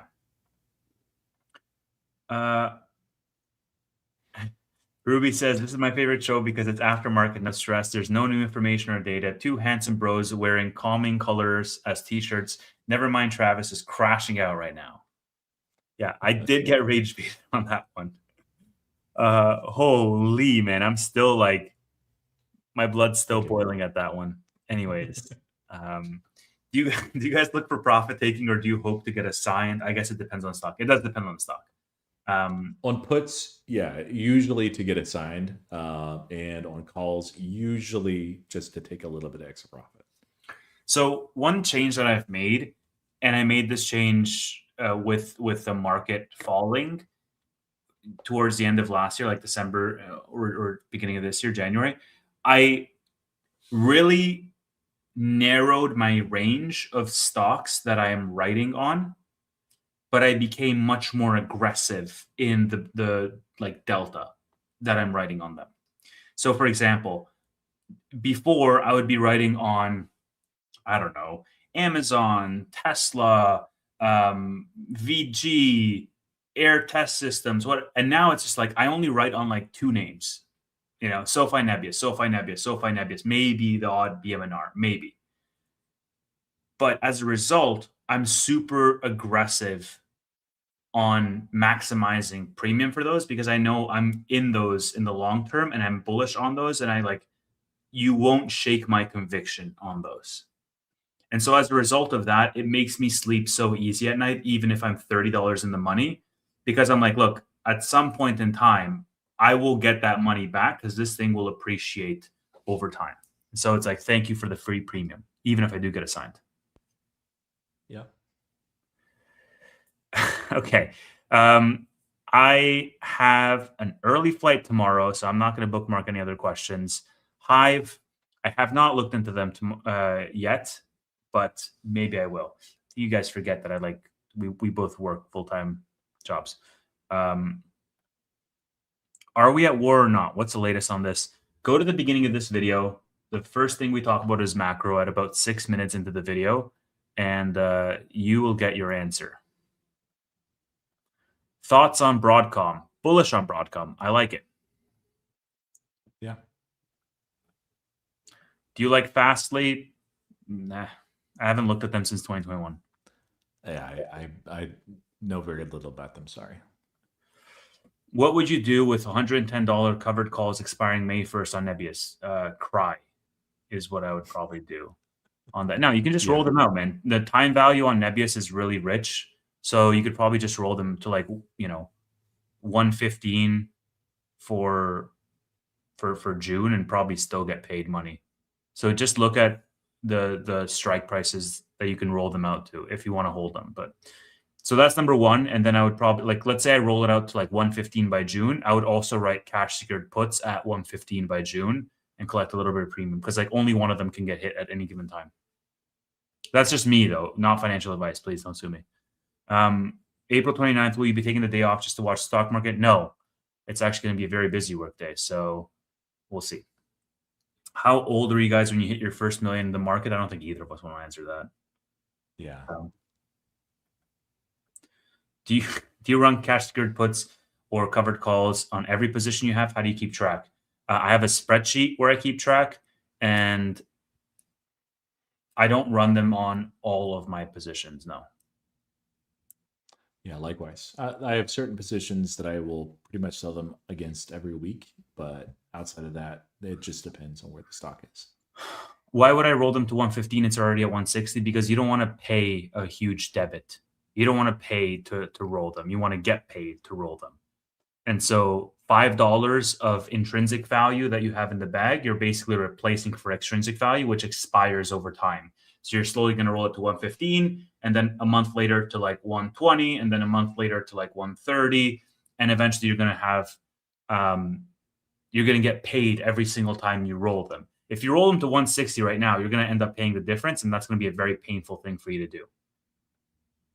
Yeah. Time value of money. Yeah. All right. Why sell cash secured puts so much out of the money if toy are bullish, if you're bullish instead of just buying call options? Because call options, the premium, the time decay works against me, if that makes sense. Whereas selling cash secured puts, it works in my favor. Does that make sense, Ray? Mm-hmm. Okay. Thoughts on Dell? No thoughts. It depends what the announcement is. I also really like them, by the way.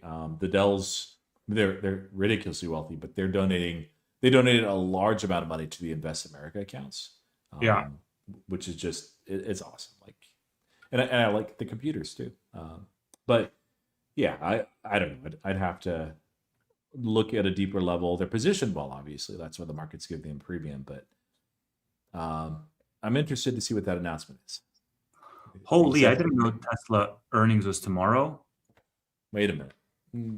I thought it was next week. Was it not next Wednesday? It might be tomorrow. I thought it was next Wednesday. It's tomorrow. Whoa. Oh, man. Yeah, we're off our game, bro. If only somebody had an earnings calendar that we could look at. But so my position is so small for Tesla. I barely keep track. I'll look and see what Elon says. Even if I wasn't a shareholder, I still would do that because he's fascinating.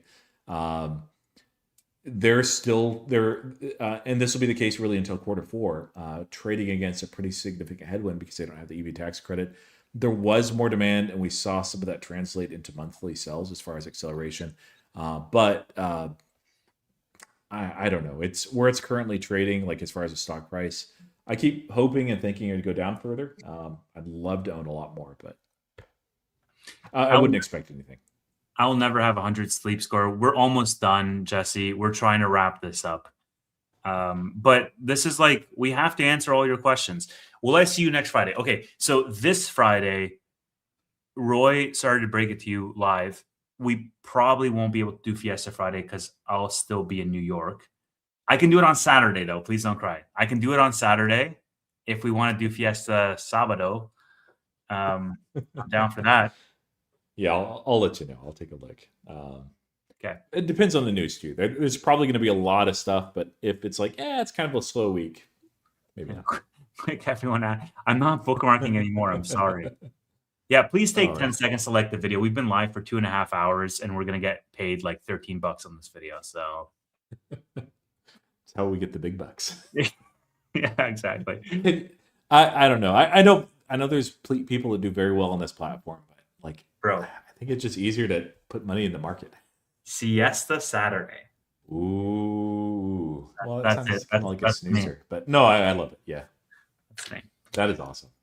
All right, price target for BM&R. I think it can hit, $45-$50 this year for sure. I think it can do it. Yeah, I think it's likely. Can you write covered calls against your options? I didn't know that. Poor man covered calls. Yeah. They're a little bit, two things. Investopedia is a great resource on the web, not a sponsor or anything. They're great. Go there, learn about things that you don't really fully understand, then take one step further and study, somebody that's adept in the field. Lots of good YouTube videos on poor man's covered calls. Second, I forgot what I was going to say, so never mind. You were going to say TJ the Wheel Deal talks about this, and go follow it. Yeah, good resource. I feel like Bootleg should be on Friday, and the Tuesday show should be Taco Tuesday. It's a thought, sir. Thank you for. Yeah, I did remember the other thing with the covered call. So every single platform, for whatever reason, has different rules for how they close those out. If you do let them expire, and they're in the money, so make sure you research that too for your platform. Yes. Do you ever do naked covered calls like TJ? I've never done naked covered calls. I have a friend that does them, and they're always like scary to me. I don't know. Yeah. Well, I mean, you'd have to use margin, but they wouldn't be. They wouldn't be covered then. That's like you're effectively using margin and for Yeah, no, I mean, like, they would just be like, you're selling naked calls. You're not selling naked covered calls. It's oxymoronic. Yep. Can you show one example of how you purchased 100 shares and sold covered calls and what your strike price was? What? I think you just kind of wanted to see how options work, but yeah, this is not the video. I mean, we can just do it real quick, no? If you want to. Like, okay. So SOFI. I mean, sure. I don't know if I'll actually. Maybe SOFI is a bad thing to pick because you'll see my call options. So let's say I buy 100 shares of SOFI at $20. That's $2,000, right? Yeah. And then I want to go out and I want to agree. I don't think I have anything May 29th. I want to agree to sell those shares of SOFI at $21, right? So 5% or $22, let's say, and I make 5% on my shares. So I buy them at 20 for $2,000, and I sell them at 2,200, and I make, what is that? 10%. So I make $200, right? By selling a covered call, I'm getting paid $65 for those 100 shares. So if it goes, for 38 days out, right? So what is that? 5 weeks out. I buy it. I spend $2,000 to buy it. I agree to sell it at $22. So I'll make $200 if I sell it. And then I also collect $65 for writing that option. Now, SOFI has earnings. So if SOFI goes to $30, that's 50%. That's like an extra $1,000 that I'm leaving on the table for getting paid $65. That's the risk. But if SOFI is at $21, let's say, and it doesn't reach that strike price, then I'm keeping that $65 and nothing happens. That's And you exactly keep right. the premiums either way too. So like if you are Yeah. some of the tickers we mentioned have really rich options chains, and as Yes. a result, like if you're forced to sell it like $95, but you have like $15 worth of premium on the shares that you sold, it's like selling it at 110. Yeah. So let's say you're selling one covered call. Your break even price is 22.65 because you collected 65 here, 65 cents. And so realistically, you're going to keep the 65 cents either way, but you'll get sold at 22. So your break even is 22.65. Hope that helps. Yeah. Is it Clarity Act bullish for Figure? If so, how come? Very different company, but sister company with SoFi. Bullish for both for two reasons. One is if the yield loophole that currently exists with the Genius Act is closed, this differentiates the stablecoin substantially because neither are backed by the 3-month Treasury. SoFi is a nationally chartered bank. Yields is actually registered with the SEC. They would be able to have yield. Huge benefits for them, especially because they have business-to-business applications. So beyond that, let's say, and I hope that doesn't happen, but let's say it definitely could, but let's say it doesn't. The other factor is there's a lot of companies that, again, so Figure is a platform. It's a lot of things, but it's a platform where businesses can use kind of as a way to actually make their securitization and loans and HELOCs and also other loans actually function. There's more to it than that. There's a retail side as well, actually multiple too. But when you are dealing with crypto, if you're a business, you're making business decisions, and there's this bill that's currently there that keeps changing every single moment. Most businesses will want to wait and delay because right now what they're working with is good enough on making a decision on the crypto stuff until after clarity is passed. So once they do, I think for both SoFi and also Figure, no matter what happens with that yield loophole, they're going to benefit quite a bit just because they have these really interesting products out there for businesses, very differentiated from each other, by the way, but they benefit equally. Yeah. The reason why things are up overnight is because Trump extended the ceasefire indefinitely, which is bullish for markets because it's a step closer towards peace, hopefully. Yep. Yeah, I don't know if we want to answer more questions. It's already 2.5 hours on the stream. Sorry. Maybe I'll just do that last question since I already brought it up. I feel bad. When and if air price goes down, is it a good idea to roll covered calls to the lower strike price? So out and down when the stock is down. I mean, you can, but I don't do that. Especially in a high beta stock, unless you're really happy with, or if your strategy is just about selling options, okay, yeah, maybe.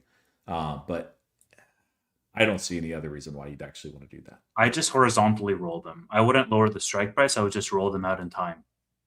Yeah. But I would do it when the stock is up. If we can do one more as well. Sure. The Hestayeti, 829. Hestayeti. How do you decide when to sell a put with the intention of getting assigned and buy the shares outright? Good question. Yeah. For me, it's usually if I want to make this a decent sized position that it's not in my swing. Well, so okay, two things. I have a swing portfolio. It's not most of my portfolio. It's actually a small amount. If it's in my swing portfolio and that's all it is for sure, I will just write the puts because I'm just about making money in that platform, not holding things long term, all in a tax advantage account. If it's not in my swing portfolio, I'll still sometimes write them more from the premium than the shares, but that's usually when it's a position that I'm DCAing into. I already own a chunk because I don't want to make the mistake of not buying any. Now, let's say I get halfway to my allocation. At that point, I might begin writing cash secured puts, usually. Yeah. All right. Good luck to those who are in Tesla tomorrow. And apologies for the show not coming back on Friday. We might be back on Saturday. We'll let you know, hopefully. And yeah, I love when Travis crashes out. I'm glad that you love it. That makes one of us. Thank you all so much for watching the Bootleg Weekly podcast. Yet another Taco Tuesday for you. And we will see you very soon. Thank you very much. I'll see my New York friends this week, and I'll send you a selfie of the Italian place that Steve undoubtedly takes me to. All right. Good night, everybody. See ya.